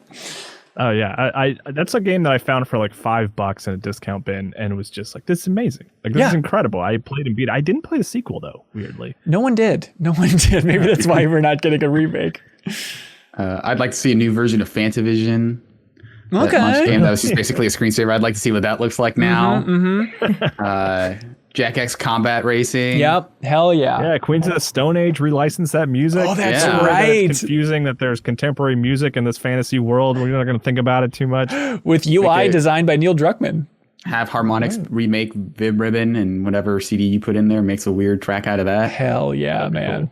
Yeah, Harmonix should just remake all of PlayStation's greatest. I want Harmonix's take on Metal Gear Solid 1. Just let them do it all. Harmonix's take on Bloodborne. Jiren submits a question on Patreon. He says, "Hey peeps, I'm bummed about the cancellation of Days Gone 2. I really enjoyed taking out those huge hordes of zombies or just riding around Oregon on my motorcycle." I'm sorry, Janet, do you want to try saying Oregon? Oh, no. Oregon? Or something. It starts with an or. I think we can all agree on that part. I think it's pronounced officer. It's just Oregon. I swear. It's not. It's legal. It's Oregon. The cool people just pronounce it. Yeah, just or. Like, oh, going down to Orr this weekend. No one says that. Yeah. But anyways, so I enjoyed riding around Orr on my motorcycle in Days Gone, and it would have been cool to explore that world more. So my question today is, if you could resurrect one canceled game from the past, what would it be? There's two, obviously. Is that really your answer? No, I had a different one. But what is it? Oh, so this isn't to say that I don't want the current version of Prey to exist, but the version of Prey that was a direct sequel to Prey. Prey 2. It was called Prey 2, Kyle. Was it? Yeah, Prey 2. So this could be the sequel to that game at this point. Yeah, like I really like the original Prey. I think that was an interesting world. I liked the idea of like him being plucked out of Earth and just like having to figure out this alien world. And the ending was like given away in an interview, and it's just incredible. What is it? It's I mean, spoilers. Yeah. The whole idea is like it's this video game idea that I feel like not enough people have dug into, where like almost like where it contextualizes why you're dying and coming back to life. You know what I mean? And like, so you're dying over the course of the game, and when you finally beat the game, apparently that the planned ending was that it was going to show you aging and getting older and having a family and retiring and having a comfortable life. And then when you died on your deathbed, you would come back to life and you'd be like a young man again, stuck in that like world where you have to like become a bounty hunter again. Like your loop just starts back around, even though you spent you had a life where you grew old and died. So that's just the one. That's the one life. Yeah, that like you as you die as you're playing, like it's contextualized. You're like, I got to try this again. But like when you win and you retire and you die of old age, you're still stuck in that loop. And I just thought that would have been such an amazing ending. I just think that sounds so cool. That's such a weird idea. I like it. Yeah. Mine, first I was thinking StarCraft Ghost, the old classic, but I'm more intrigued at this point by a game that a friend of the show and previous participant of the show, Jason Schreier, talked about, which was that Blizzard was making that StarCraft first-person game, the StarCraft Battlefield take that got canceled a couple of years ago. That really broke my heart. I would love to play a StarCraft Battlefield. So that's my number one. Does anybody else have one that jumps out to him? I was honestly going to say StarCraft Ghost. I would just want to see what that game would be like, because I'm a huge fan of that series. So I know that they canceled it because it wasn't going to be good, but I still would have preferred to play something that was not as great, but still let me sneak around as a ghost. I think that would have been cool. Yeah, well, you'll get plenty of time to do that when you're dead. What if they just released it now as StarCraft Ghost Remastered? Yeah, I know you wake up at the beginning of your life. I think it's one challenge with this is, how often do we even know the answer to this question of like what was, and even like Days Gone 2, like, Schreier had just mentioned, like, what wasn't canceled, it wasn't picked up as an idea, totally. Right? So I'm sure there's probably a lot of games that I just didn't happen to know about. I would have loved to see a full version of PT, not because I've played and loved PT, because I actually never got to play it, but just so we could remove it as a topic of conversation. I think we would all be better off if we could just be like, oh, it was a 7, or it was a 9, it was great. Like, just whatever it could have been. It would be nice to not have to ever think about that game again and get to have a full version of it and get to see what the whole idea would have been. Well, maybe Serial, maybe you can put it to rest right now. Like, what is the official review score for what PT would have been? Would have been? Yeah. Yes. I think a lot of the ideas that it had were very special, but they kind of wear out their welcome over the course of 35 hours, which all games were required to be at that time. So as soon as they went on the boat, it just kind of lost me, right? As soon as you go back into the house for the 15th time, and then this time you have to pick up another phone or whatever. But I think my review would have ended, if this had just been the demo, it would have been one of the greatest games of the generation. Unfortunately, they just padded it out with a bunch of crap, and the take on women here by Kojima is just, again, problematic. And somehow there are no women in the game, and somehow he still manages to have this weird take on. And the score is like a 7 out of 10. 7 out of 10, everybody. Wow. Don't forget I'm like an 8.25 myself. This hypothetical game. But I love this game. It's so stupid. Scale. Let's just all try to like figure out what this game is by talking about it. Of like, we're making this game as we're improving it. God's Garage writes in and says, howdy, House Honors. Hi, God's Garage. He says, in honor of floor 3 of Trivia Tower this month, congratulations to Ray Luaza. Spoiler for Trivia Tower this month, by the way. You can check out the archive on YouTube. It's a wild ride. It's fun. That's our community trivia show, where if you support us on Patreon, you get to compete in trivia to win prizes.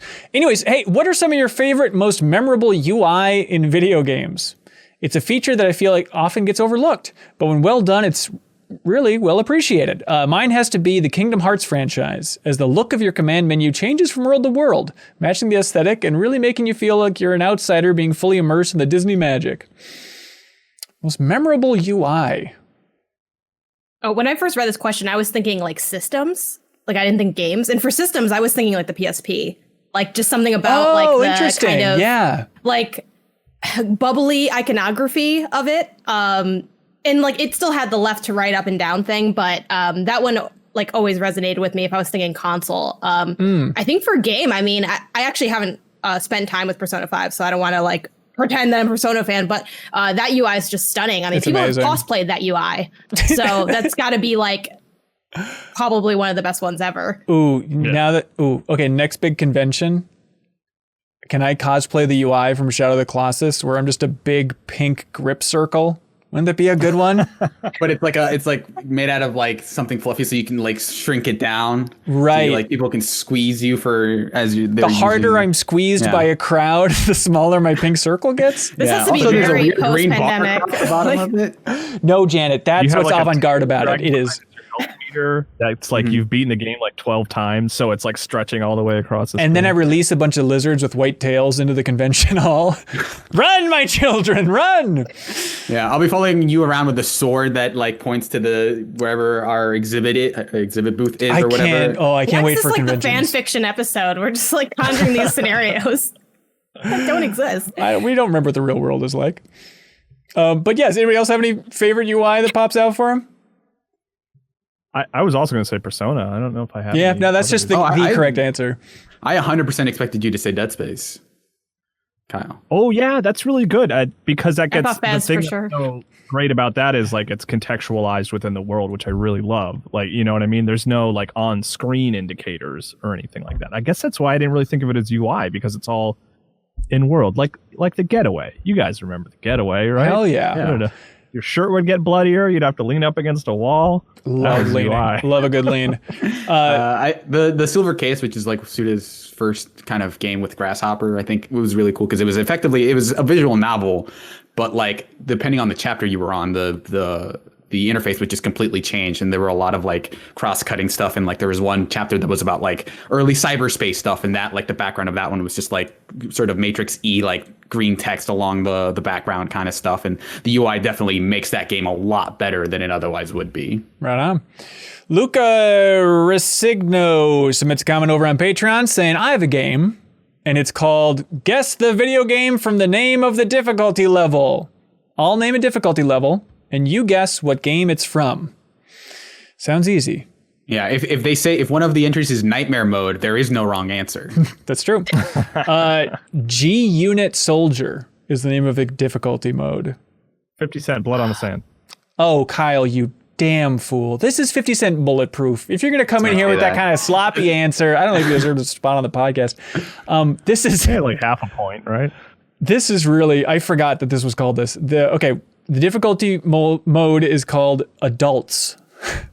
Beautiful Joe. Oh my God, Surreal! Wow. That is amazing. I was actually going to post an image of it of like, this is the only appropriate difficulty slider because the two difficulties are kids and adults. It's so good. They also changed some of the content too. Like the adult like opening is like way different than like the kid opening as well. The adults My only suggestion in open. that tweet would have been to reverse them so that the kids' difficulty is harder than the adults. Right. Yeah, absolutely. Do you think kids have harder lives than adults? I just think kids have more time for harder games I see. my take That on makes it. more sense. Kyle, you know kids. Do I you know think one, yeah. your daughter's life is harder than your life or vice versa? Like compared to when I was a kid? No, like right now. Is her life harder? No, her life's pretty good. She's got it pretty good. But She also can play Minecraft with her friends online whenever she wants. yeah, but there's like a lot of emotions and a lot of things to learn and the world is scary. It's fun. Oh, You know? okay. I had no idea. Okay, It's a good time. This is the hardest one. This difficulty mode is called Monsoon. Heavy rain. Close. Second word is Really? correct. Indigo Prophecy? Nope. Second word was correct. How Okay, many rain? How many games have rain in the title? We'll see if people watching us live can get this one. What? Can you tell me a console generation? Or PC game? A sequel came out last year. Came out of early access last year. The second one. Risk of Rain. Oh, Risk of Rain. There we yeah. go. There we go. This is inappropriate. There's a difficulty mode in a game called Nonstop Infinite Climax. Bayonetta. There we go, Surreal. Man, you're killing it. You got platinum down pat, man. You got it. Fubar. Platinum / Clover. Spec Ops The Line. Is that what you said? Surreal. Yes. Oh my God. Oh, you're actually playing these games. Okay. This is amazing. You're playing them all right now, correct? Okay, last one is New York Minute. Max man. Payne. Kyle. I am so impressed by everybody. Wow. Mario Odyssey. No. The name's Pug submits a question saying, hey, everyone. Have you had post-game sadness? I just finished Life is Strange and Before the Storm, and I spent several days feeling sad after leaving the world and those characters. I even ordered all the comics to keep it alive. Oh my God. Wow. I did some research, and apparently this is a common thing for people after finishing a game or long-running show. Have you felt this? Yeah. Oh, 100%. Almost always. Yeah. Almost always. Yeah. I think like it is that- like. Oh, go ahead.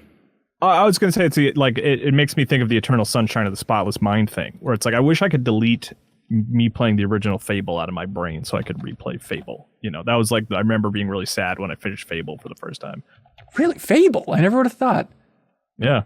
Wow. Yeah, for me, it is always like those big kind of temple, usually RPGs. I think, although the last time I think I had it was probably Hades, because that was the thing where it's like I finished it so many times and had done everything for. I just kind of like I still kind of want to play the game, but like I don't I have run out of reasons. I have given myself every excuse to possibly play more Hades, and now I am out of excuses. I need to spend time with something else at this point. And that was like 150 hours in. Yeah, I mean, I think mine is Yakuza 7, where I just like those characters so much. And I even went back to it after I finished it. I'm like, is there anything else I can do? I guess there's a couple things, but it's not like the meat of, you know, when you've been playing the game for so long and it's just such an epic to suddenly be yanked out and be like, that's it, epic over. It just feels like, oh, I just want to hang out with them more. Like fell head over heels for Yakuza 7, just absolutely loved it and finished it and was like really genuinely sad, just like I don't even know what to do anymore. And I was like, there's 7 other Yakuza games you can play now, this is great. And she's like, no, I want to hang out with Ichiban, I don't care about any of those other people.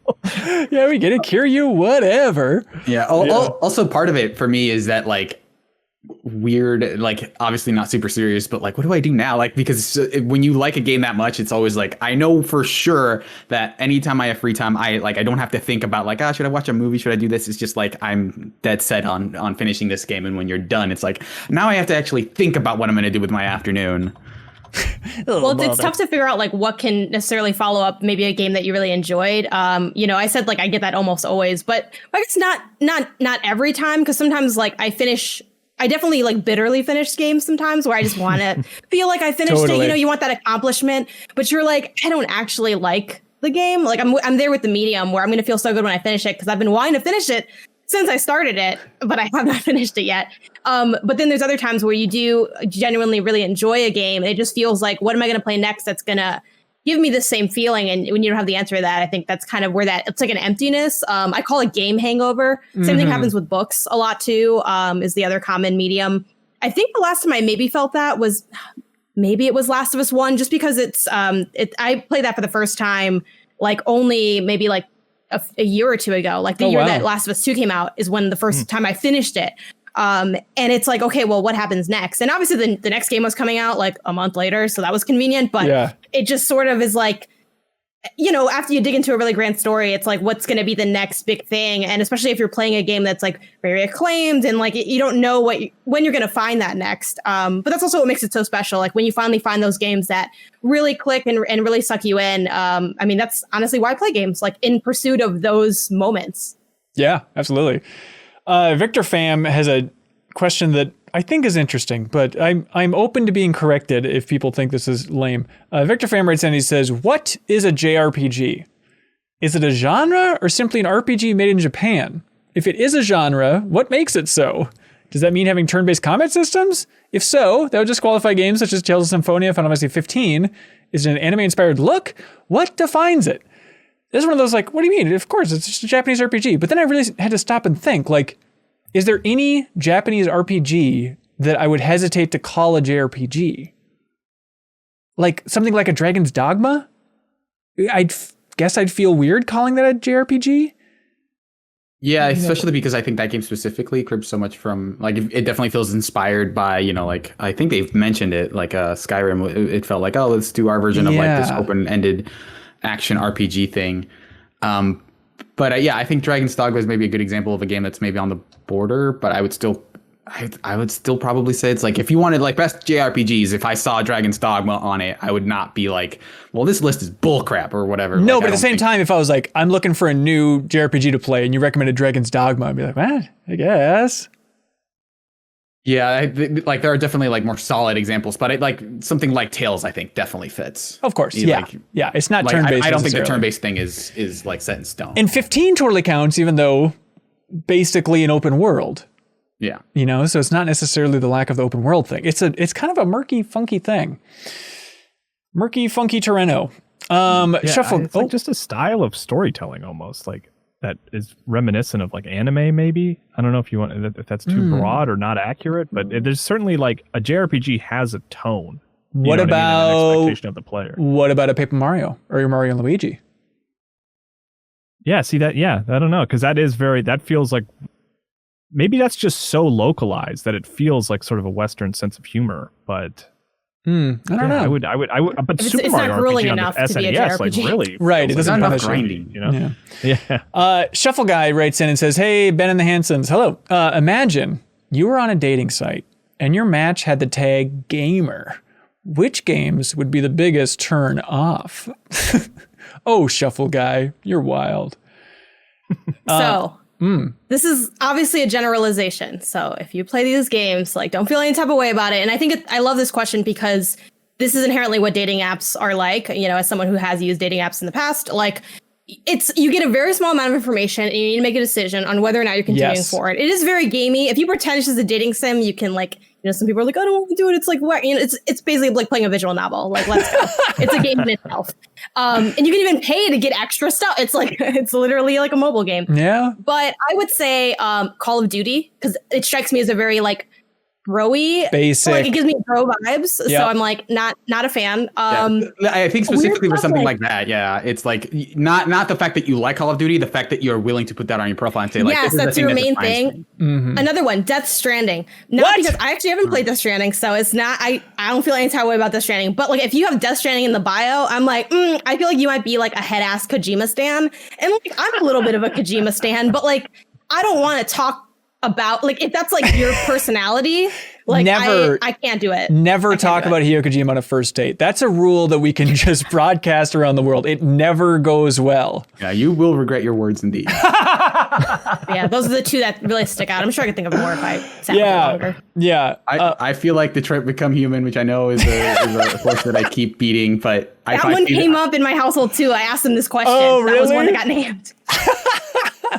That's so funny. I loved back when I was on the dating scene, like, it was always the most fun thing because eventually video games would come up and people would just have the most oddball like games that they were really into, but it was just fascinating. But like, you know, I remember one person I went on a date with was super into Commander Keen. Another person was really into Willow on the NES. One person was like, my favorite thing is the story and the lore of Guild Wars 2. And I'm like, that is the nerdiest thing I've ever heard, but I am riveted by this. Like, takes all kinds, you know? James Ford writes in and says, hello, cohorts. Do you have a minimum amount of time you put into a game before jumping off a cliff? They say a few hours, or if you aren't compelled to play after the first session, do you force yourself to play a bit more? I mean, there are definitely games that I'm like, why is this? Why are people engaging with this so much? Yeah. Where I will About put in more Wonderworld. time. Yeah. Yes. I mean, It yeah. all Or comes like, back to well, Bound Wonderworld. that was more just like, that was research. Like, that was just like intellectual sort of curiosity. But like something like, Yeah, I think that's another one that actually, to go back to the other question, if I see that on the, if I see I somehow bought a physical copy of Battle in Wonderworld and that's on your profile, that's kind of a red flag. I mean, but I've gotten a That's lot a deal better breaker, in the ladies. last few years, especially at just like, I'm not having fun with this. I'm going to put it down. But then there's stuff, I just Genshin Impact, right? That's the Breath of the Wild inspired one, right? Yep. That's the title. Okay. I played that for like 10 hours and it was very much like, I need to play a lot of this to try and understand what it is, why people are so engaged with this and what they love about it so much. And I did like intentionally keep playing past the point of not enjoying it to try and figure out what it was. And I never found it, you know? So you wasted your time. I learned a lot about Genshin Impact, I guess. There you go. Yeah, I think my time has gone down. You know, I am very spoiled with the amount of games I get to play. And so it is a lot of that, just like, let me try this out. And there are games that I'm ashamed of where it's like, oh, I checked that out. I gave it a whirl. And then I'll look at my Steam play and it's like, you played that for 7 minutes. I'm like, oh my God, I should not even rightfully include that on my list of games that I technically checked out. But, you know, some of those you got to note pretty early on. Yeah, I think like same deal. Like I can bounce off as, I think the lowest I've bounced off is like maybe like 2 or 3 minutes. Like sometimes you can just, and these are like on games that I think I was warranted to play like the 2 or 3 minutes of them. I'm like, okay, this isn't designed well. It's like doesn't play well. It's not good. It's not going to get better. There's no redeeming qualities here. Goodbye. Brutal. I'm just calling it like I see it. I mean, I wouldn't go and tweet about it because I don't think it'd be valuable to anybody. But yeah, like, though I would say for, I guess, games that you more genuinely are intrigued by, I think like, you know, like Road 76 we were talking about before. That's one of my anticipated games of the year. I might love that game. I might hate it. That's a game I probably would spend more time with because I'm intrigued enough at the base concept that I think it's worth checking out. I do like my best of 2021 watch stream on Fridays, and I always stream for like 4 hours. And I love 4 hours as like an amount of time to get to know. I think that's good enough time to get to see most games. Other than a few like, you know, outliers like Monster Hunter Rise or maybe like a really gigantic game.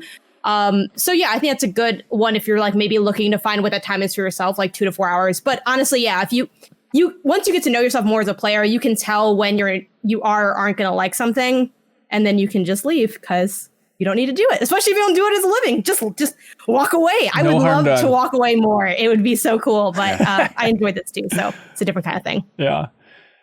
Jacob Hubbard writes in, he says, howdy, Ben and the Bandits. Sure. This week, I got back into playing Rainbow Six Siege because of Pickle Rick. No, Rainbow Six Siege with some friends of mine, and while it certainly was a blast, it made me think about the end game for a lot of these quote-unquote living games. I mean, how many operators could they possibly cook up? My question is, what is realistically the fate for these hugely popular online multiplayer games? Obviously, things like WoW have shown a game's lifespan can be huge, but won't it theoretically come to an end? Do you think we'll still be playing Destiny or Overwatch in 15 years? Well, Overwatch will be weird because they'll like share that pool with, you know, across multiple games. Yeah, who knows what's going on there. And Destiny, maybe they'll try and branch that direction as well. But I do like that idea of like at some point they will say that's all for Rainbow Six Siege. It's going to be such a weird day. Yeah, I don't know. Like, I don't think there's like a set like number of parameters that it's like, okay, once it's been on for 15 years and people aren't playing anymore, like I think it's just going to happen on a per game basis. But we don't have a ton of precedent. I think like WoW is a good example of a game that's like, yeah, it's been around for at this point, what, 17 years almost, and that has like, it's not as popular as it used to be, I'm guessing, but it's definitely not going away anytime soon. They say it's a fad. They say it's going away. It's not going away. Yeah. Yeah. Yeah, it's a thinker. It'll be fun to see. You know, there's definitely going to be a lot of outraged fans in the future. So that's something to look forward to on the internet when they eventually shut these things down and start winding them down. That's way different than what we have now. Right, which is exactly. A bunch of content fans. It's really wild. Yeah, like the alternative though is that like at the extreme end of this, it's, you know, in like 50 years there are going to be people in retirement homes who are still in like on their Discord servers at age 60, like with the same 5 group of people playing Siege, and they're just like, yeah, we're just still playing. I really like Operator number 450. I think they're pretty cool. I've been playing them for a good while, and they're just like made by an AI at that point, just like spitting out a new operator every month, whatever. Yeah, they're all NFTs, I guess. Yep, that's cool. James Smith writes in, he says, hey, video game fans, I have here another round of our favorite game, Crusader Kings 3 patch notes, where contestants have to decide whether Crusader Kings 3 patch notes are real or made up. Without further ado, here are the patch notes. Janet, you have to make the call. Is this real or is this fake? Patch note. It is now possible to recruit children from prison as long as they're not heir to one of their liege's titles. Fake. No, that was real. That was real. God damn it. Why is that real? I would have thought I was like, surely no one would make this in today's world. Suriel added the chin goatee beard variant. Fake. Very real. Kyle.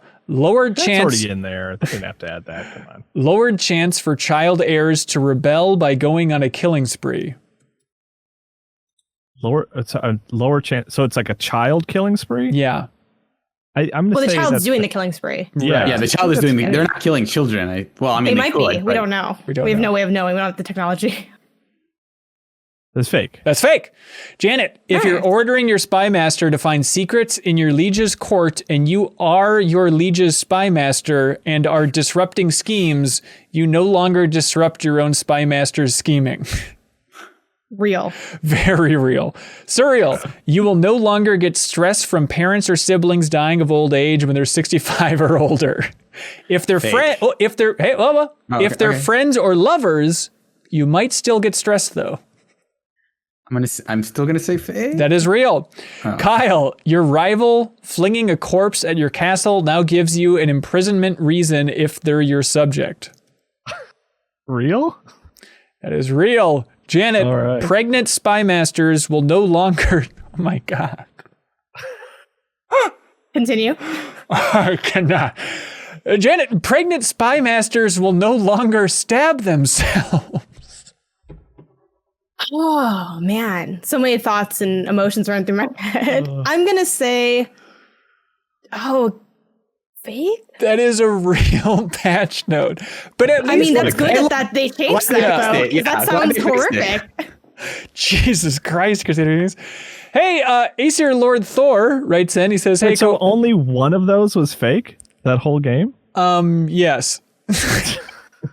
So Aesir Lord Thor writes in. He says, "Hey, with Austin Wintory coming down so hard on the Final Fantasy VII Remake soundtrack on a recent episode of your music podcast Crossfade, yeah, I unsubscribed after that moment. I was so outraged. I've got to ask, how much stake do you put in other people's opinions? It's easy to brush off people whining about not all the Pokemon being in Pokemon Sword or Shield or people hating on The Last of Us just because Ellie is gay, but I have a hard time reconciling it when someone I like and respect, who's a master of the craft, says that one of my favorite video game soundtracks has major flaws." To be fair, Austin, what he said on Crossfade, and I think he talked about it on Play Watch Listen as well, is he said that he doesn't know if it should have won Best Soundtrack because so many of those songs were kind of new versions of older songs, which, yes, there are, but I mean, if you look at the volume of that soundtrack, it is by and large new music. I mean, by a landslide. By a very small landslide that would cover your foot. But yeah, how do you stand? I don't think you're allowed to use the word landslide at that point. A small landslide. A toe slide. But yeah, how much stake? You get the idea of the question. Does it ever bother you when somebody you look up to just has an opinion that is just wrong? I think less of them as a result. That's half a joke, half not. Like for me, I try to really hold my own opinions and keep those protected. Like I even go out of my way to not really consume a lot of tertiary content or review content until I've looked at the thing myself so that I kind of can go in fresh. I think if it's someone who is an expert in a field that I'm not an expert in, I am more likely to think that they might be more quote unquote right than me, even if I have a different opinion. So a good example is music based. I listen to and watch Anthony Fantano, aka The Needle Drop, on YouTube, and he has in my opinion, really great music opinions. And he might hate an album that I loved, and I don't care because one, I still love the album, and two, yeah, he could be right. It could be not that great musically, but I don't need it to be great musically because I like it. And am I a music expert? No, absolutely not. Music is basically another language. So what's weird is everyone listens to music, but not everyone actually has the analytical ability to engage with music, and that's fine. You don't need to have that to like art. When it's games, I'm a lot more, I consider myself a lot more of an expert in that field. So I have my opinion. I feel pretty, firm on that. I do enjoy getting alternative opinions to just hear what other people think, and maybe it helps kind of color my perspective and enhance my perspective. But I've heard plenty of people say that back to the Jak 2 thing, that Jak 2 doesn't age well, that game is now crummy in the modern era. I disagree with that, but at the same time, I think there's validity to that, and I can kind of process that all together. Sometimes I'm definitely shocked if someone I really admire loves a game and I play it and I'm like, this game sucked. I'm like, that was weird because normally we align, so I kind of just look at it as a taste making thing. It doesn't make me angry or anything like that. Who's your favorite Games Press journalist personality? The person you look up to the most, Janet, that you really, their opinion super matters. Oh God, I follow so many people that I'm not really sure at this point. But if you had to choose. Maybe someone over at Waypoint Vice. Patrick Klepek's pretty fire with his, I think, game opinions. So that's my quick off the top of the head. Okay. But if you see me on Twitter retweeting people, those are I think you can follow me and get a sense of what critics I follow and who I enjoy's perspective. But Yeah. This may sound like a joke, but Serial has influenced me like to check out things I never would have normally checked out more than anyone else. And it's probably Really? because I know him personally, but I mean, like, We love cereal. Yeah, we do love cereal. I bought Monster Hunter Rise because you wouldn't shut up about it, and I've actually been having a decent time with it. Hey, look at that. That's good to hear. I feel like it's less about individual. Like, I think when someone says, like, if someone says, like, you know, this game I like sucks or whatever, I don't necessarily take too much stock in that. It's like, whatever, you can pass off it. But I think it's when the thing that sticks with me is like when they give reasoning, and I'm just like, sometimes I'll chew on it and it's like, maybe that's true, but I don't really mind it. But there are times where it's like, I just don't think that's true. Of Yes. I don't agree with this point. Like, fine, you can dislike the game or whatever, or like the game for that reason, but it's like, oh, this has one of the most like deep relationships, and if like I'm just like, that relationship was super shallow. Like I don't understand it. Like that to me is the thing that'll stick with me. And I don't necessarily think less of them. It's more about like I will mull those opinions over, and like there are times where I'm just like, I don't see it. But you know, like there are very few people where I just like develop a personal animus over, you know, some random video game opinion they have. Yeah, I am still enraged though that Jeff Gerstmann does not like the reboot of Amplitude on PS4. Like that really, the fact that like all of Giant Bomb bounced off it so hard, I'm like, this should be your game, Gerstmann. What are you doing, man? It really drives me nuts. I can't sleep. Oh, help not good. me. Do we need to talk about that? Yeah. Anyways, hey, That explains a lot. Chris Prohaska writes in. He says, "Hey, cohorts, I've got about an hour left in the awesome PopCap documentary. Thank you so much for watching and listening to it. So I'm sorry if this comes up, but do any of you know about the Plants vs. Zombies theme park ride? Carowinds in Charlotte, North Carolina has a 3D shooting game that's a little like Disney's Midway Mania, except you're divided into two teams on one giant screen, and you play a theme park version of Plants vs. Zombies. It's like all Garden Warfare themed. Like he had a video of it, and I'd never seen this before. It's really crazy. And they have like standees where you take a picture with it and stuff, but it's like a weird video game anomaly. I appreciate that, Chris. They have a little booth where you can develop plants, but it's like way slower because you're using actual plants. So it's just a little garden you have to grow over the course of 3 weeks. And then you can eventually grab it and then throw it at a zombie. Yeah. They give you little packets of seeds that say like, oh, this is sunlight. I don't know. It says, I don't know on the pack. Ryan Grealish writes in and asks, what game mechanic are you trash at? Personally, I can't keep a small dot from getting hit by other dots, like the combat in Undertale. I recommend you check out... Yeah, that's a big problem because that's the whole thing. That's kind of the whole thing. To let those dots not get hit by those other dots. It's really important. You should check out Hyperdot from friend of the show, Charles McGregor. It seems exactly up your alley. Yeah. I'll always be a terrible sniper. Like, always. Like my daughter, who has played far fewer shooters than me, is already miles better at the zoom in gun than I am. Like zoom in gun. That's adorable. I love that. Yeah. Can we now call it that? Yeah, is that what they call them, zoomers? Mm-hmm. That's it. You got it. Right. That's actually kind of horrific if you think about it. I think like just to name something that isn't just shooting based, realistic driving. Like the more realistic, the worse I am at it. Even something like Forza Horizon, which is kind of floats between arcade and sim.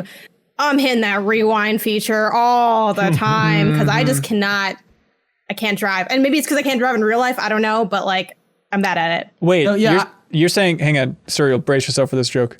Janet, you're saying Forza Horizon can be played. Hang on, how do you do this joke, Take your Serial? time. How do you do this joke? It's like, you mean Forza Horizon can be played in not reverse time? In not rewind, Janet? Yes, sure. I don't know how to help you here. I'm so sorry, but I would if I could. What I'm bad at in games, what I'm trash at is trying to make jokes about being bad at Forza Horizon 2. Anyways. Yeah, driving is though like the thing where I feel like I will screw it up all the time and just think like, oh, that's fine. I'm better at this in real life than I am in a video game, which is usually the opposite of what video games tend to do. Of like, oh, I would probably suck at like, you know, like wall jumping in real life. I probably couldn't do it to save my life. But driving, I feel like I can do better in real life than in games. I'm terrible. Oh, go ahead. The thing that I always kind of struggle with is, I don't know if this is like a mechanic, but like just puzzle solving in general. I think I get stuck a lot, and I think I don't know how like my times to like solve a particular puzzle are for when like, oh, you need to go collect this thing. I think I'm probably average, but I think I get really insecure about that stuff of like why am I not figuring this out? Why am I dumb? So I get really in my head whenever like I'm stuck on like, oh, you need to go get this key from this guy. It turns out like the thing you just skimmed over this very obvious thing. I tend to get really like in my head about that kind of stuff. Totally. Tanner Hoisington writes in, he says, howdy cohorts. For some reason, I was thinking about the old where are y'all sitting meme when you walk into a cafeteria and have to choose a table to join. And I thought, why not make MinnMax do this? So here are a list of tables that consist of at least one cool kid and one loser from the Super Smash Bros. Roster, and you have to choose where you're sitting. Table 1, Captain Falcon, shirtless Shulk, and Bowser. Solid table. Table 2, Joker, Wario, Jigglypuff.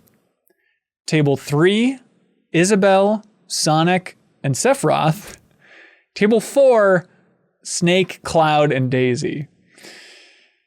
Kyle, where y'all sitting?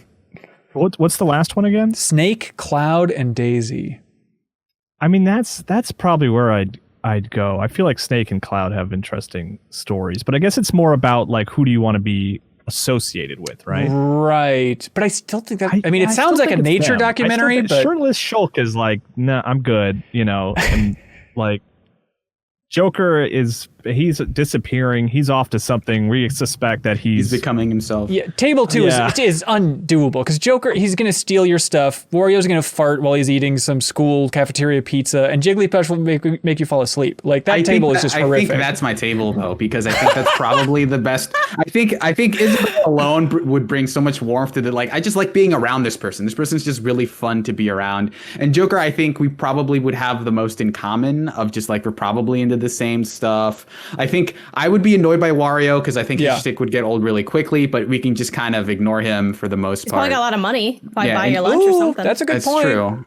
That's true. But I think the Snake Cloud one is probably mostly for the association, but I think they would be awful to talk to because I think the whole point is that for both of those characters, they have really alienating personalities and can't really do anything but be in combat a lot of the time. Right. So I think that would be a rough table where you just have like one like, hey, can I trade your chocolate milk for my orange juice? And that would be the entire exchange. You have that entire thing, but everyone would think you're cool for hanging out with Snake. Yeah. I mean, Daisy is a good time. Like she's been around. True. She's played all the sports. Like you always have something to talk about with her. Yeah, but then like that also could go the other way where she's talking about all these great things like, oh yeah, I go, volunteer every weekend and I spend so much time like doing all these like wonderful things. And you're just like, yeah, I don't do any of that stuff. I'm just like, look, Daisy, I get it. You're like a better person than me, but you don't need to make me feel bad about it. Even though, and then you feel worse about that. It's because like she's doing all these wonderful things, but I feel like that's making me frustrated with her for being a good person. Yeah. And that's on me. Yep. That got really heated real fast. What's the third table again? The Freak Show. This one's Isabelle, Sonic, and Sephiroth. It's honestly, that's maybe my number 2 choice. I think that one because the Freak Show table. Isabelle, it's friendly enough, sure. Like a little too friendly, but like that's okay. Sonic, I don't know, man. I mean, Sonic's like, it's kind of, on any given day, that might be a good or a bad conversation. I feel like Sonic at least has high energy. I feel like I'd sit with Sonic and like, you ever around those people that have really high energy all the time and you're like, oh, like, I'm kind of feeling this day now all of a sudden too, because you're hyped about it. Now I'm hyped. He'd be sucking on chili dogs the entire time. Yeah, Sephiroth I can finally figure out who Sephiroth is because I still don't know who this man is. I played Final Fantasy VII Remake and I'm like, who are you? Why should I care? So like, let's hash it out. Like, let's figure out what's going on. Like, what's your life story? Why are you the way that you are? So that's where I'm going to sit. Okay. Nothing but so is Isabelle not at the Joker table? Who else is at the Joker table? No. So I think you swapped. Jigglypuff is with Joker and Wario. Okay. Yeah. I think I'd still probably pick that one. They feel kind of like the same. She's like feisty. I don't know. Like if it's a cartoon version and not like a generic Jigglypuff, I think we could get along. Okay, there we go. Barrier notwithstanding. Question of the week. What do you all like? I like the difficulty one. I like the difficulty one too. I like that it wasn't just like the Doom stuff. I like memorable UI. But yeah, difficulty. We feeling good about it? Difficulty. All right. That is Luca Resigno. Congratulations. I Am 8-Bit will ship out the vinyl soundtrack to Gang Beast, which is quite good. So congratulations. Now it's time for something we like to call Get a Load of This. Okay. Whew. Janet, how are you feeling about your entry this week? I'm just gonna say the entry because I don't like caveats. So Okay. get a load of this. I was on TikTok earlier this week and I saw, this is not new by any means, but I thought it was really interesting as someone that isn't a big math person, but it was pie visualized using pizza pies, and they like cut up all the crust and like did this whole thing. And I just thought it was a really fascinating way to look at it. Pie Day wasn't that long ago, so Sure. That is my get a load of this. Nice. There's a link below. Yeah.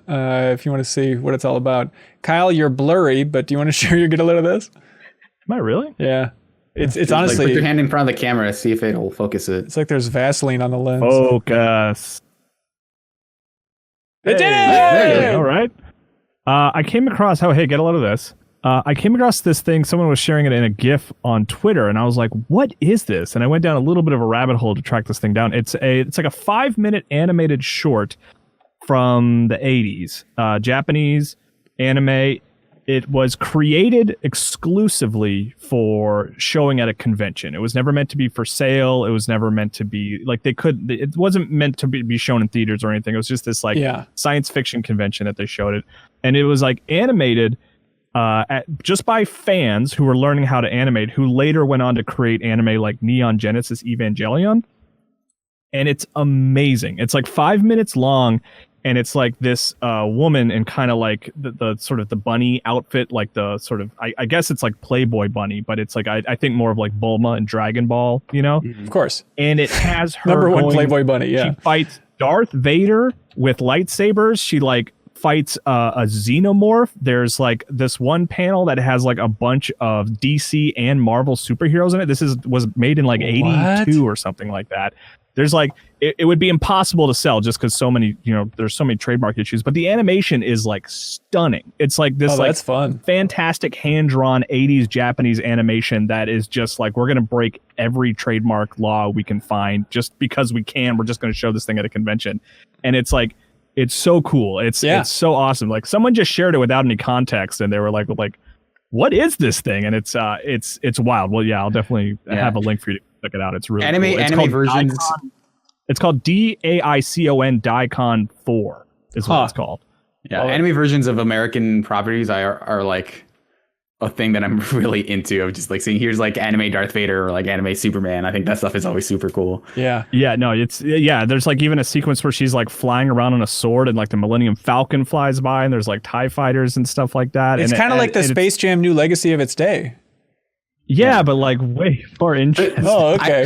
I saw this GIF, and I think the specific context it was like Ready Player One done right, where it's just like that's the extent of it. It's just an ad. It's basically an ad, right? So, hey, Kyle, I know we talked about Space Jam New Legacy on MinnMax Council, or Patreon exclusive podcast, but I was thinking more about that. Like, the reason they're opening it up to all different Warner Brothers properties is so that Space Jam 3 and 4 and 5. Think about the possibilities. It is literally anything. It is just now any competition between any IP can be called Space Jam. Think about how insane that is. Anyways, that's it. Well, weren't they? There was a plan to do like a Tiger Woods one, like a Space Jam. There was a Tony Hawk one. Yep. Right? Yep. There's a bunch of different failed sequels. I think there was a Jeff Gordon called Race Jam. Seriously, anyways, but hey, get a load of this. This is a tweet from Mark Hamill, where it says, he's quote retweeting. So the original tweet says, Duck Dodgers in the 24th and a half century. The Looney Tune animation was ranked number 4 of the 50 greatest cartoons of all time by animation professionals. And did you know that George Lucas requested it be shown before Star Wars? And Mark Hamill retweeted that and said, George really did want this classic Daffy Duck cartoon shown before every screening of Star Wars. It would have been an icebreaker to let the audience know what was coming, and that what was coming was less than dead serious. I was disappointed when we couldn't get the rights to it and it didn't happen. # true story.